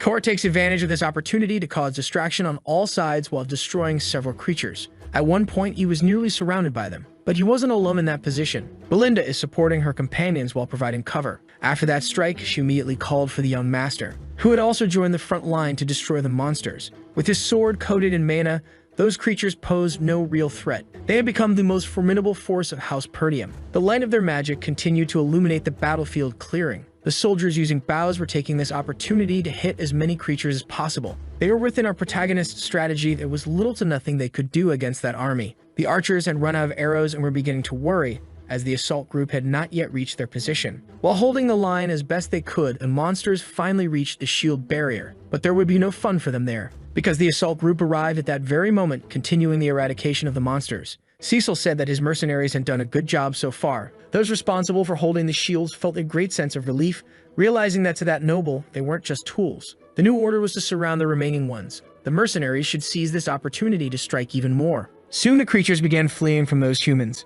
Seeing them retreat, our protagonist's army held their position. Cecil realized the creatures were doing this to avoid being surrounded by their enemies. They are quick to understand their situation. Cecil asked Belinda to locate the lead creature. He said it has a horn on its head and is the one responsible for signaling the others to flee. The assault group is still chasing the monsters. Cecil knows they are relentless enemies. If they escape now, they'll strike again later. Our protagonist knows his men can't withstand another wave. He needs to end this now, and for that, they must defeat the creature's leader, no matter what. Belinda is becoming more and more impressed with the boy. She realizes he truly has changed a lot in recent months. After using her ability, she was ready to reach the creature among all the others. She threw her hook toward a tree branch. Using it, she launched herself into the air. From there, she had a clear view of what was happening. It would be easier to spot the horned creature. And it didn't take long before she saw the beast. As soon as her eyes found the creature, she prepared to capture it. She looped her hook around its neck. As soon as she caught the creature, she relayed the information to the young master, who began to break into the monster's formation. Now he just needed to end that beast's life.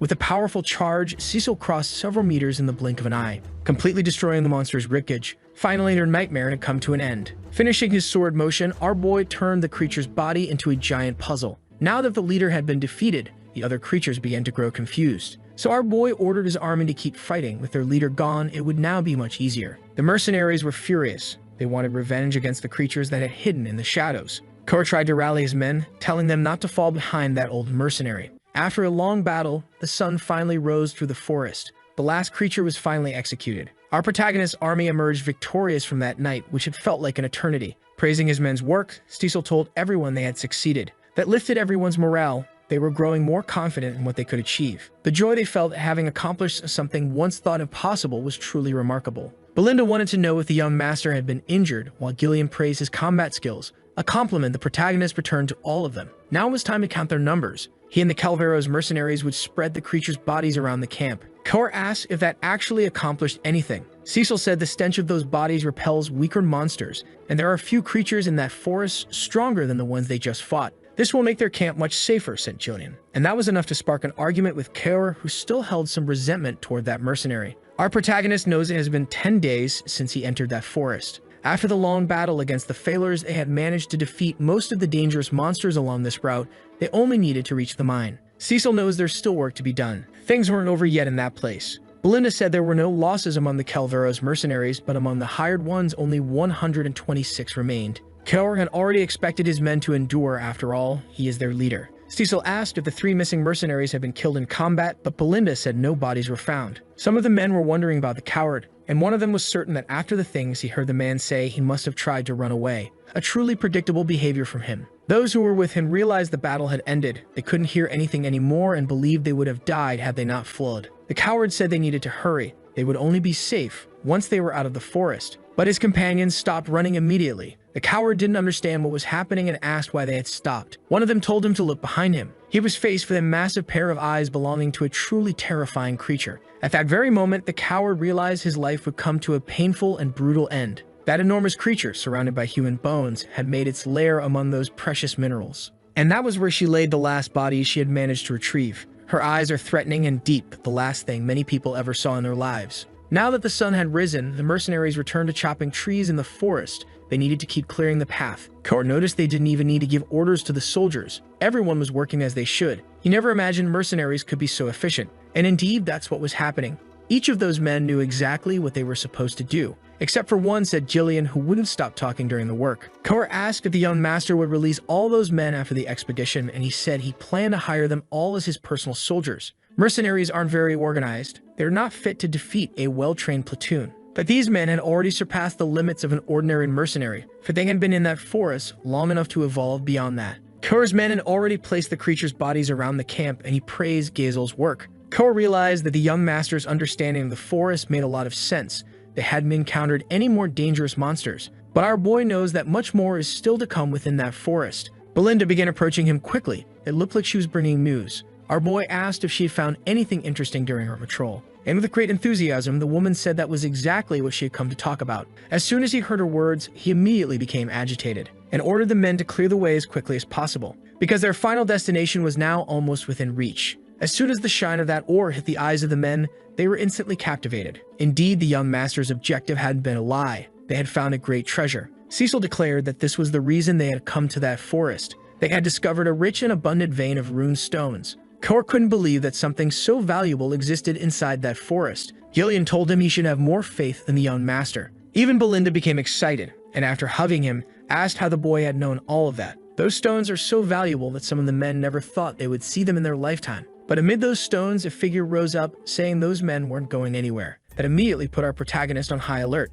That body belonged to the cowardly mercenary, who declared that their end had come. Right after finishing those words, his body collapsed lifeless to the ground. His former companions grew concerned and moved toward him to see what was happening. But our protagonist didn't allow it, placing his sword between them, telling them to step away from that place immediately. Our boy had prepared his sword for offense, and with a clean, precise strike, he swept away the mist that concealed the details of the ground, revealing to all his men that there lay a large pile of bones and decomposing bodies. The mercenaries began to grow frightened. They couldn't understand what had happened there. It wasn't just monsters. There were human bodies as well. Everyone wanted to know what the young master would say about it, as they now realized they wouldn't reach that ore so easily. Judging by the size of that nest, it had to belong to a high-level monster, and based on the condition of the more recent bodies, it wasn't abandoned. Cecil had access to notes about that forest, but none of them mentioned a threat of this level right at the source of the ore. Turning to his men, he said they needed to start preparing. That's when a serpent of absurd proportions revealed itself to all of them. The opening of its mouth was truly impressive, enough to terrify anyone. Presuming it was about to attack, Cecil ordered his men to scatter immediately. He was the first to leap into combat, sword in hand, prepared to give his life.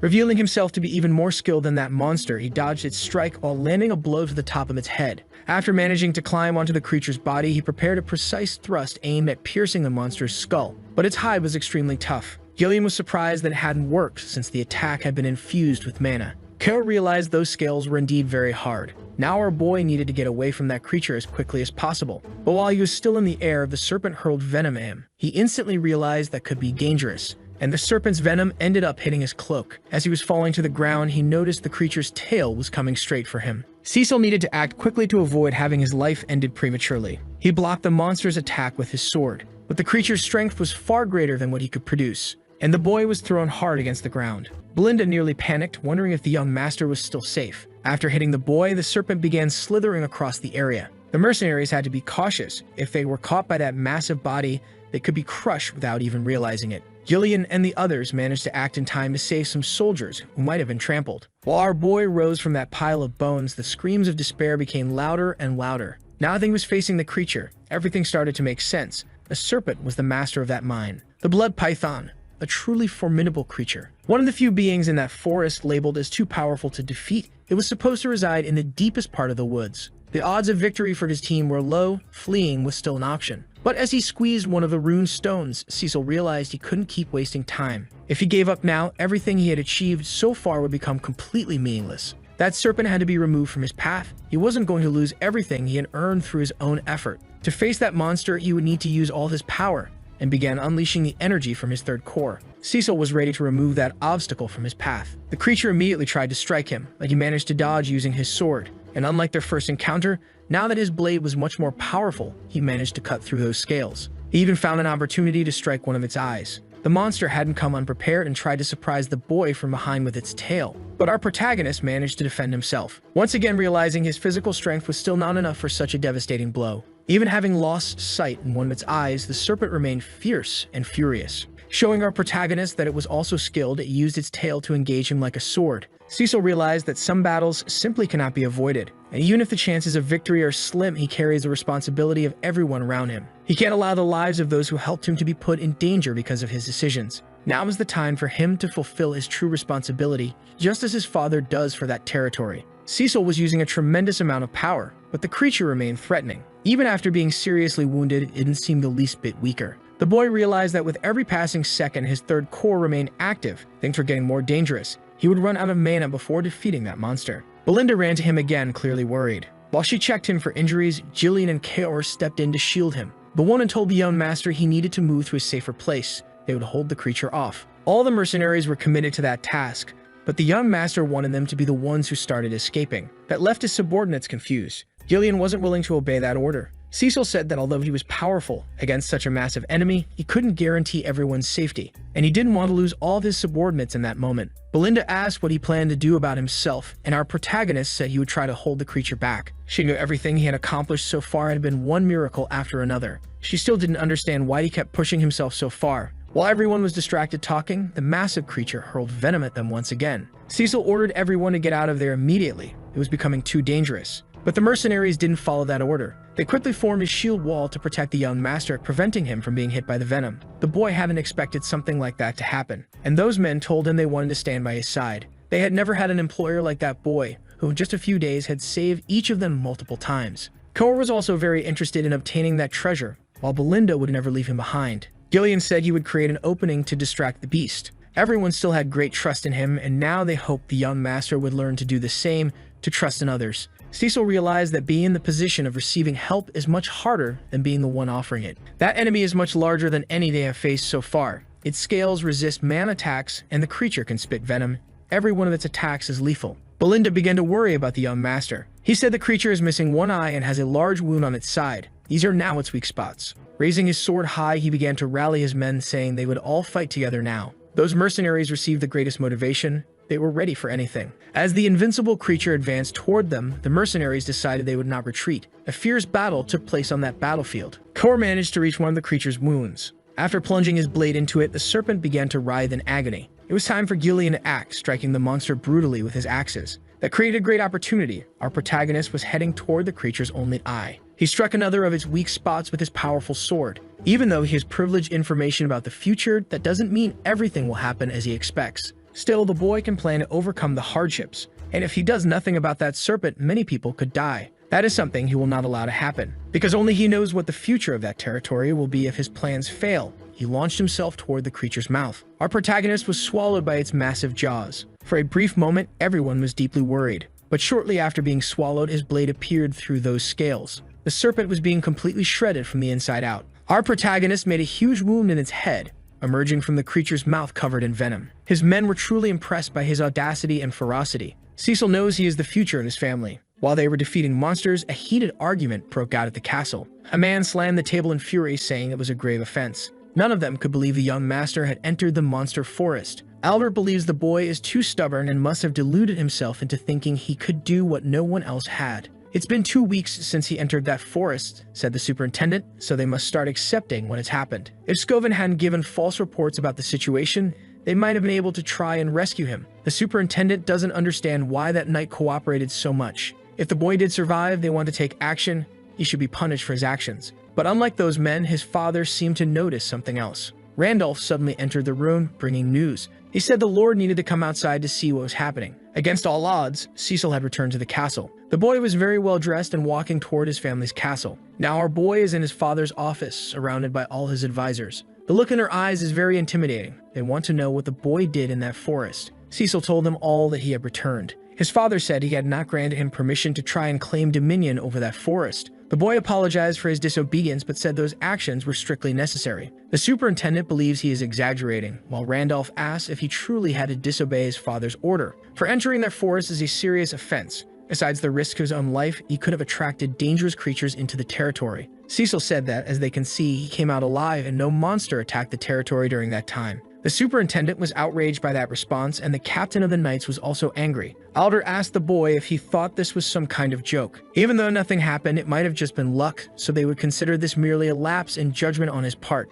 By presenting a letter on the table, he said the boy had no excuses for his actions. The boy realized it was a letter from Count Leopold. They had already been suspicious of that visit he made, but they did not expect that he would threaten his fiancée to get 20,000 gold coins. The Count was furious and severed all support he used to give them, and also broke off the engagement. Cecil is trying to understand how the Count had written that letter. Since he doesn't get along with his own daughter, it seems like a forged document. She may have manipulated her own father out of greed, which also confirms she had become his enemy. Those assassins wouldn't be the end of these problems, and now he can no longer exploit the weakness of his former fiancée, as the Count won't believe his words. Had he delayed too long, those events could have prevented all of his actions. Cecil once again realized that time is not on his side. Albert wants to know if the boy has anything to say in the face of all this, because they need to return those 20,000 gold coins. Randolph said that amount could support the army for a while, and our boy said he had already completely spent those resources. They were invested in the conquest of that forest. All the men present listened to those words in silence.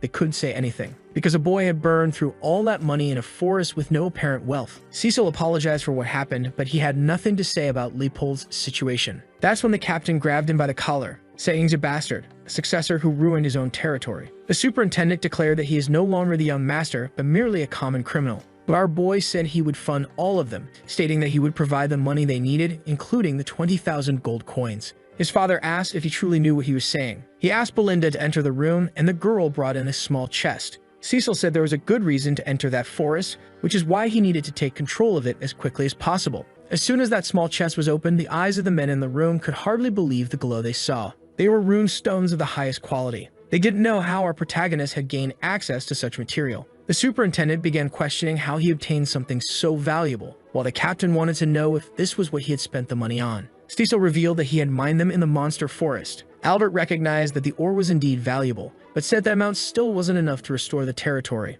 Our boy is aware of that, which is why there's a large amount of that ore outside. There were wagons full of those stones, and the mercenaries were working to unload them. The superintendent didn't believe they managed to gather that entire amount in just 2 weeks, and the captain could hardly believe his own eyes. The Count asked Belinda if they had really acquired all that in this expedition, and she confirmed it, saying the young master led them every step of the way. They even brought back the bodies of the most notorious creatures from that forest, stating that the ore they had brought was only a small portion of what they had discovered. Cecil wanted to conquer the forest to contribute to the territory. Those resources belonged to them. Albert did some quick calculations and told his lord that this would cover all their costs for a significant period of time, which left the superintendent and the captain speechless. They immediately approached the young master, saying that what he had done was truly incredible, and that this expedition must have left him exhausted. The boy said he had a few conditions to share with all of them. They must immediately release Ricardo and Scoven from prison, as they were only following his orders. The forest must remain off limits to any citizen. They cannot allow rumors to spread through that region. The superintendent realized these requests were very reasonable and not at all abusive. Finally, the boy wants to manage the troops of that territory, including the mercenaries he had hired.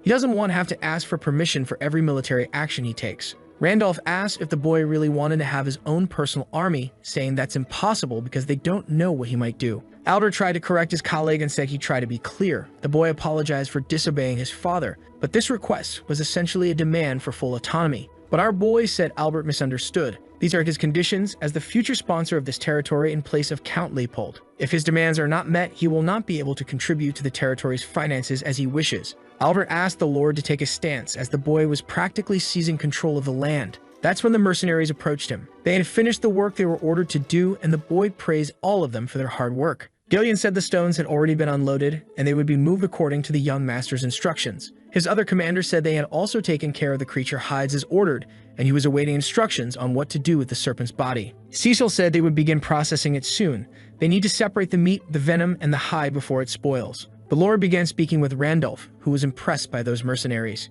and even more impressed by the young master's ability to lead those men. The truth is, the Lord was also very surprised by what he was seeing, realizing that the boy already had a private army. He said mercenaries are difficult to control, yet those follow the boy without complaint. He must have worked hard for that. Cecil said that without their help, he wouldn't have accomplished anything, and his father understood what had happened. Calling his men to return to the castle, he said he would forgive his son's disobedience this time, but next time he would have to bear the consequences of his own actions. And the boy thanked his father for the gesture. The Lord said that one day he would be the lord of those lands, and that there was a northern wolf inside that boy as well. The northern wolf is the title held by the patriarch of this house, the one responsible for protecting those lands. His father had always been a lone wolf, with an underfunded army and a territory plagued by poverty. Even facing such adversity, he spent his entire life fighting a never-ending battle along those borders. He ended up suffering a tragic death without any kind of recognition for his efforts. The mercenaries were relieved they could finally rest. Belinda asked if they were going to the castle, but our protagonist said he would depart on a journey immediately. Gillian said he still needed to recover from everything he went through in the forest.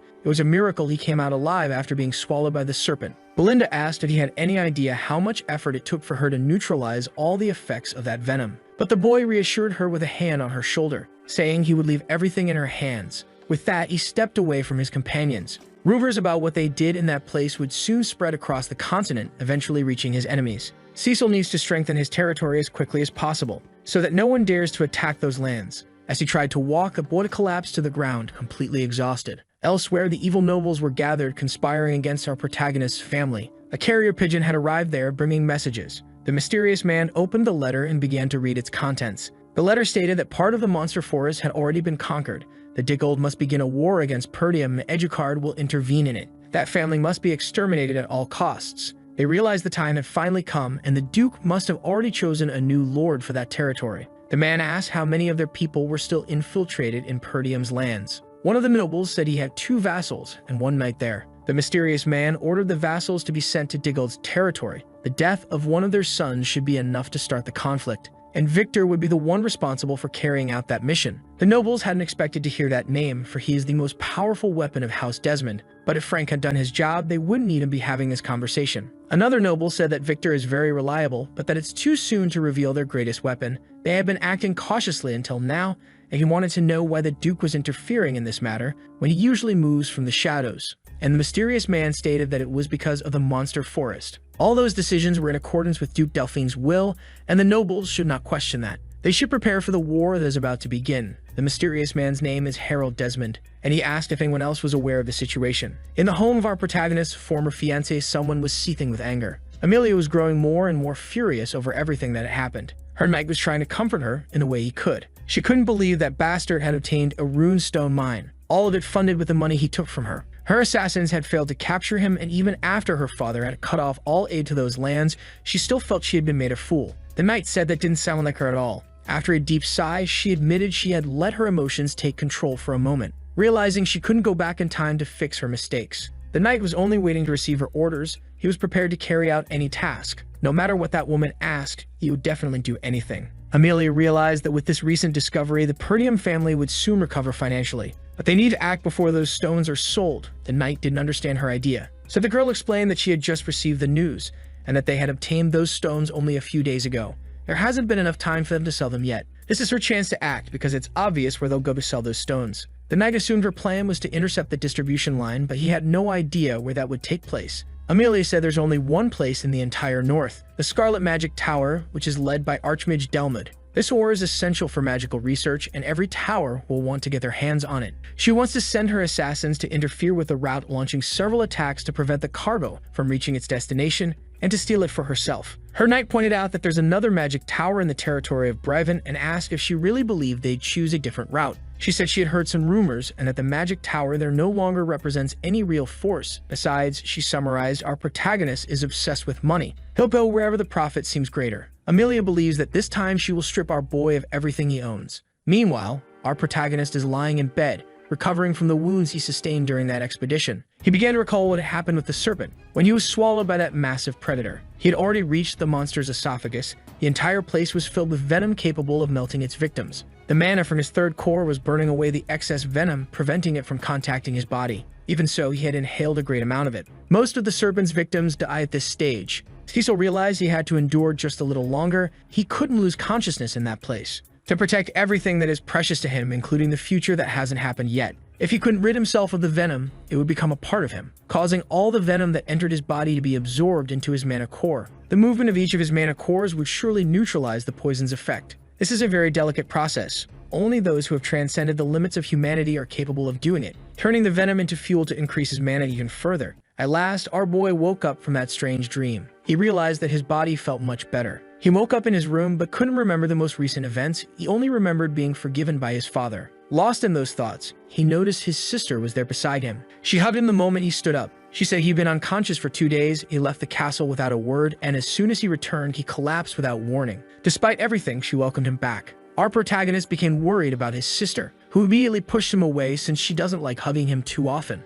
Leaving his room, she began calling for Belinda, saying her brother had awakened. Our protagonist didn't want to have been unconscious for 2 whole days. After escaping from that creature's insides, he had only needed minimal help from Belinda. He wanted to use his time more effectively, but this body is still too young for that. Even though he had surpassed his limits last time, he was already feeling much better, believing that 2 days of rest had really been enough. But the sensation was truly strange, because his recovery rate had improved significantly, along with his mana storage capacity. After that, he noticed that the attribute of his mana had changed as well. He began to think, the energy from that creature had altered his mana while he was trying to neutralize all the venom. Not even in his past life did he know it was possible to grow stronger in that way. He hadn't done it intentionally, but risking his life may really have been worth it. He realized he needed to put his body through some tests, but if he follows his strategy, he could become even stronger. However, he has immediate priorities. Selling those stones is essential. Since a few days have passed, many people likely already know what he accomplished. He needs to gather his mercenaries immediately. Hearing a knock at the door, he said Belinda didn't need to do that.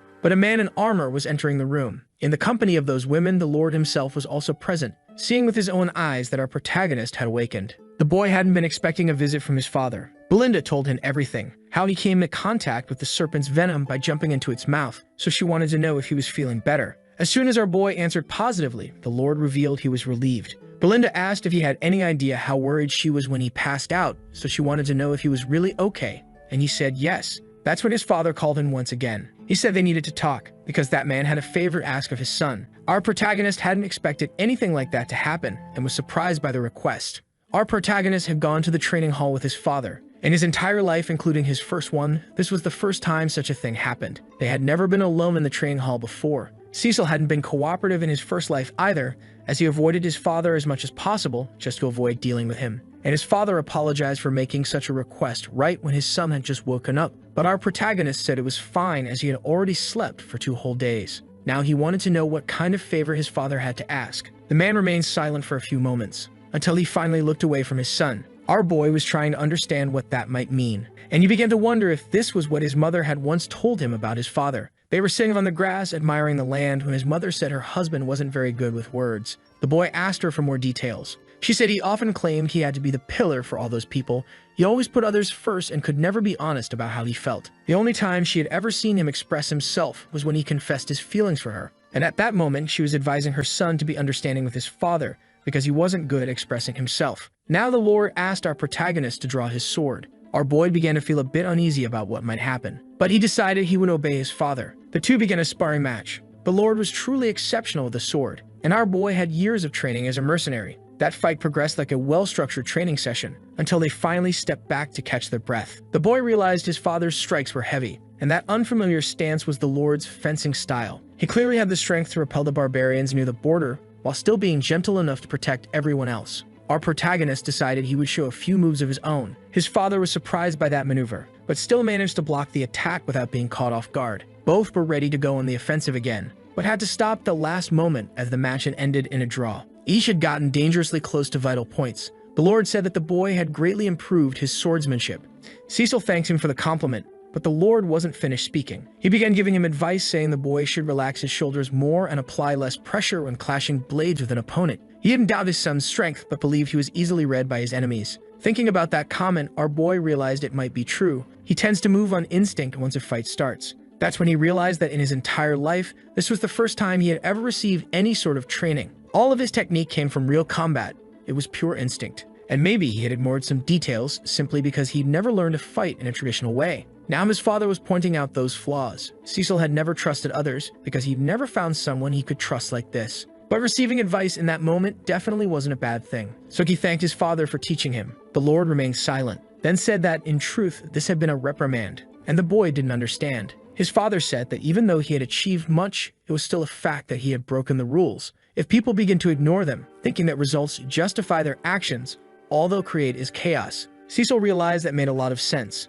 What complicates everything for the Lord is that his son had changed a great deal in the last few days. It seemed that his son was envisioning a reward far beyond the reach of any of them. The Lord asked him to stay on that path and to keep thinking about House Perdium and those around him, so they can fulfill his responsibilities when he becomes the Lord of those lands. Our boy knows he already has many responsibilities, but then he remembered something. His father was almost leaving the room when Cecil recalled that he had a favor to ask, but had yet to say anything. The Lord stayed silent for a moment, then let out a deep sigh to speak to his son. He asked if he could borrow a bit of money from him. Shortly after that, in the camp within the monster forest, our protagonist was gathered with his private army. All those men showed great respect to the young master. Speaking to all of them, Cecil hoped they had gotten plenty of rest, and the men responded that they were all doing well. Cecil then went to speak with his closest subordinates, Kaor and Gillian, who noticed he was already better. The boy apologized for making them wait. Looking to the old mercenary, he asked how Rachel, his daughter, was doing, and the man said he never imagined she'd be able to walk on her own again. There were no words to express the gratitude he felt toward the young master. Cecil felt deeply thankful for having been able to help that man. Now that he was gathered with the 3 closest members of his army, he said he had something to tell all of them. The Perdium territory was in grave danger, and his subordinates were shocked upon hearing those words, trying to understand what he meant. Then he revealed to them the circumstances in which his sister was nearly assassinated, and how they were planning her death to use it as an excuse to justify a territorial war, but the boy had managed to delay it. He also shared how he had discovered the body of Deagold's heir in an abandoned house, revealing to them the forces conspiring against his family. Certainly someone was spying on them, and it must be someone who had been in those lands for a long time, At this very moment, they had neither the time nor the resources to launch an attack. Now Belinda understood why the boy had been in such a rush. She thought the discovery of that ore might mean a bit of rest. Kara was impressed. First the forest, now a war. Things around here never get boring. Gillian said that if all of this was true, they had become the perfect target. A great treasure was discovered in a place with weak defenses and financial trouble. Cecil agreed. This territory practically had a giant target painted on its back. Belinda said something so important should already have been shared with them. They needed to take this information to the castle. But the boy said there was still no time. Even his sister's personal guard had betrayed her, so there were certainly spies among the others. And right now, they couldn't tell friend from foe. They still had a little time because Helena was alive, but now that the treasure had been discovered, their enemies had no reason to wait. Surely, a harsh battle was approaching them all. A heavy silence fell over that tent. Kor said he would serve him, because being by this noble's side had always brought plenty of entertainment. Gillian said he had already pledged his life to him and would follow him to the end, while Belinda declared that no one could protect him better than she could. Our boy was filled with excitement at the loyalty of all those people. That the greatest enemy of his family now was Duke Delphine, as well as Count Desmond and his former fiancée Amelia, and our boy was not going to let them carry out their plans. He told all his men that they were heading to the Red Magic Tower. Kor realized that they were finally going to sell those stones. He was eager to see some real money. Belinda asked if it wouldn't be better to go to the Scarlet Tower, since they might pay more. Cecil believed there would be less conflict if they went to the Red Magic Tower. Gillian knew that transporting something so valuable would always attract attention, and it was better that they plan things out. Belinda understood there was a risk of being ambushed once again. He knew the Scarlet Tower could bring more profit, but if the Red Tower wanted to return to its former glory, they couldn't afford to ignore this opportunity. But he wasn't going there just for that. There was someone in that land he needed to find at any cost. In the region where the Red Magic Tower is located, there was a girl deeply dedicated to the study of magic, and she was thinking about Master Lonato. She was already beginning to lose hope because her master had promised that one day light would appear in her life, but the girl no longer knew how much longer she would have to wait.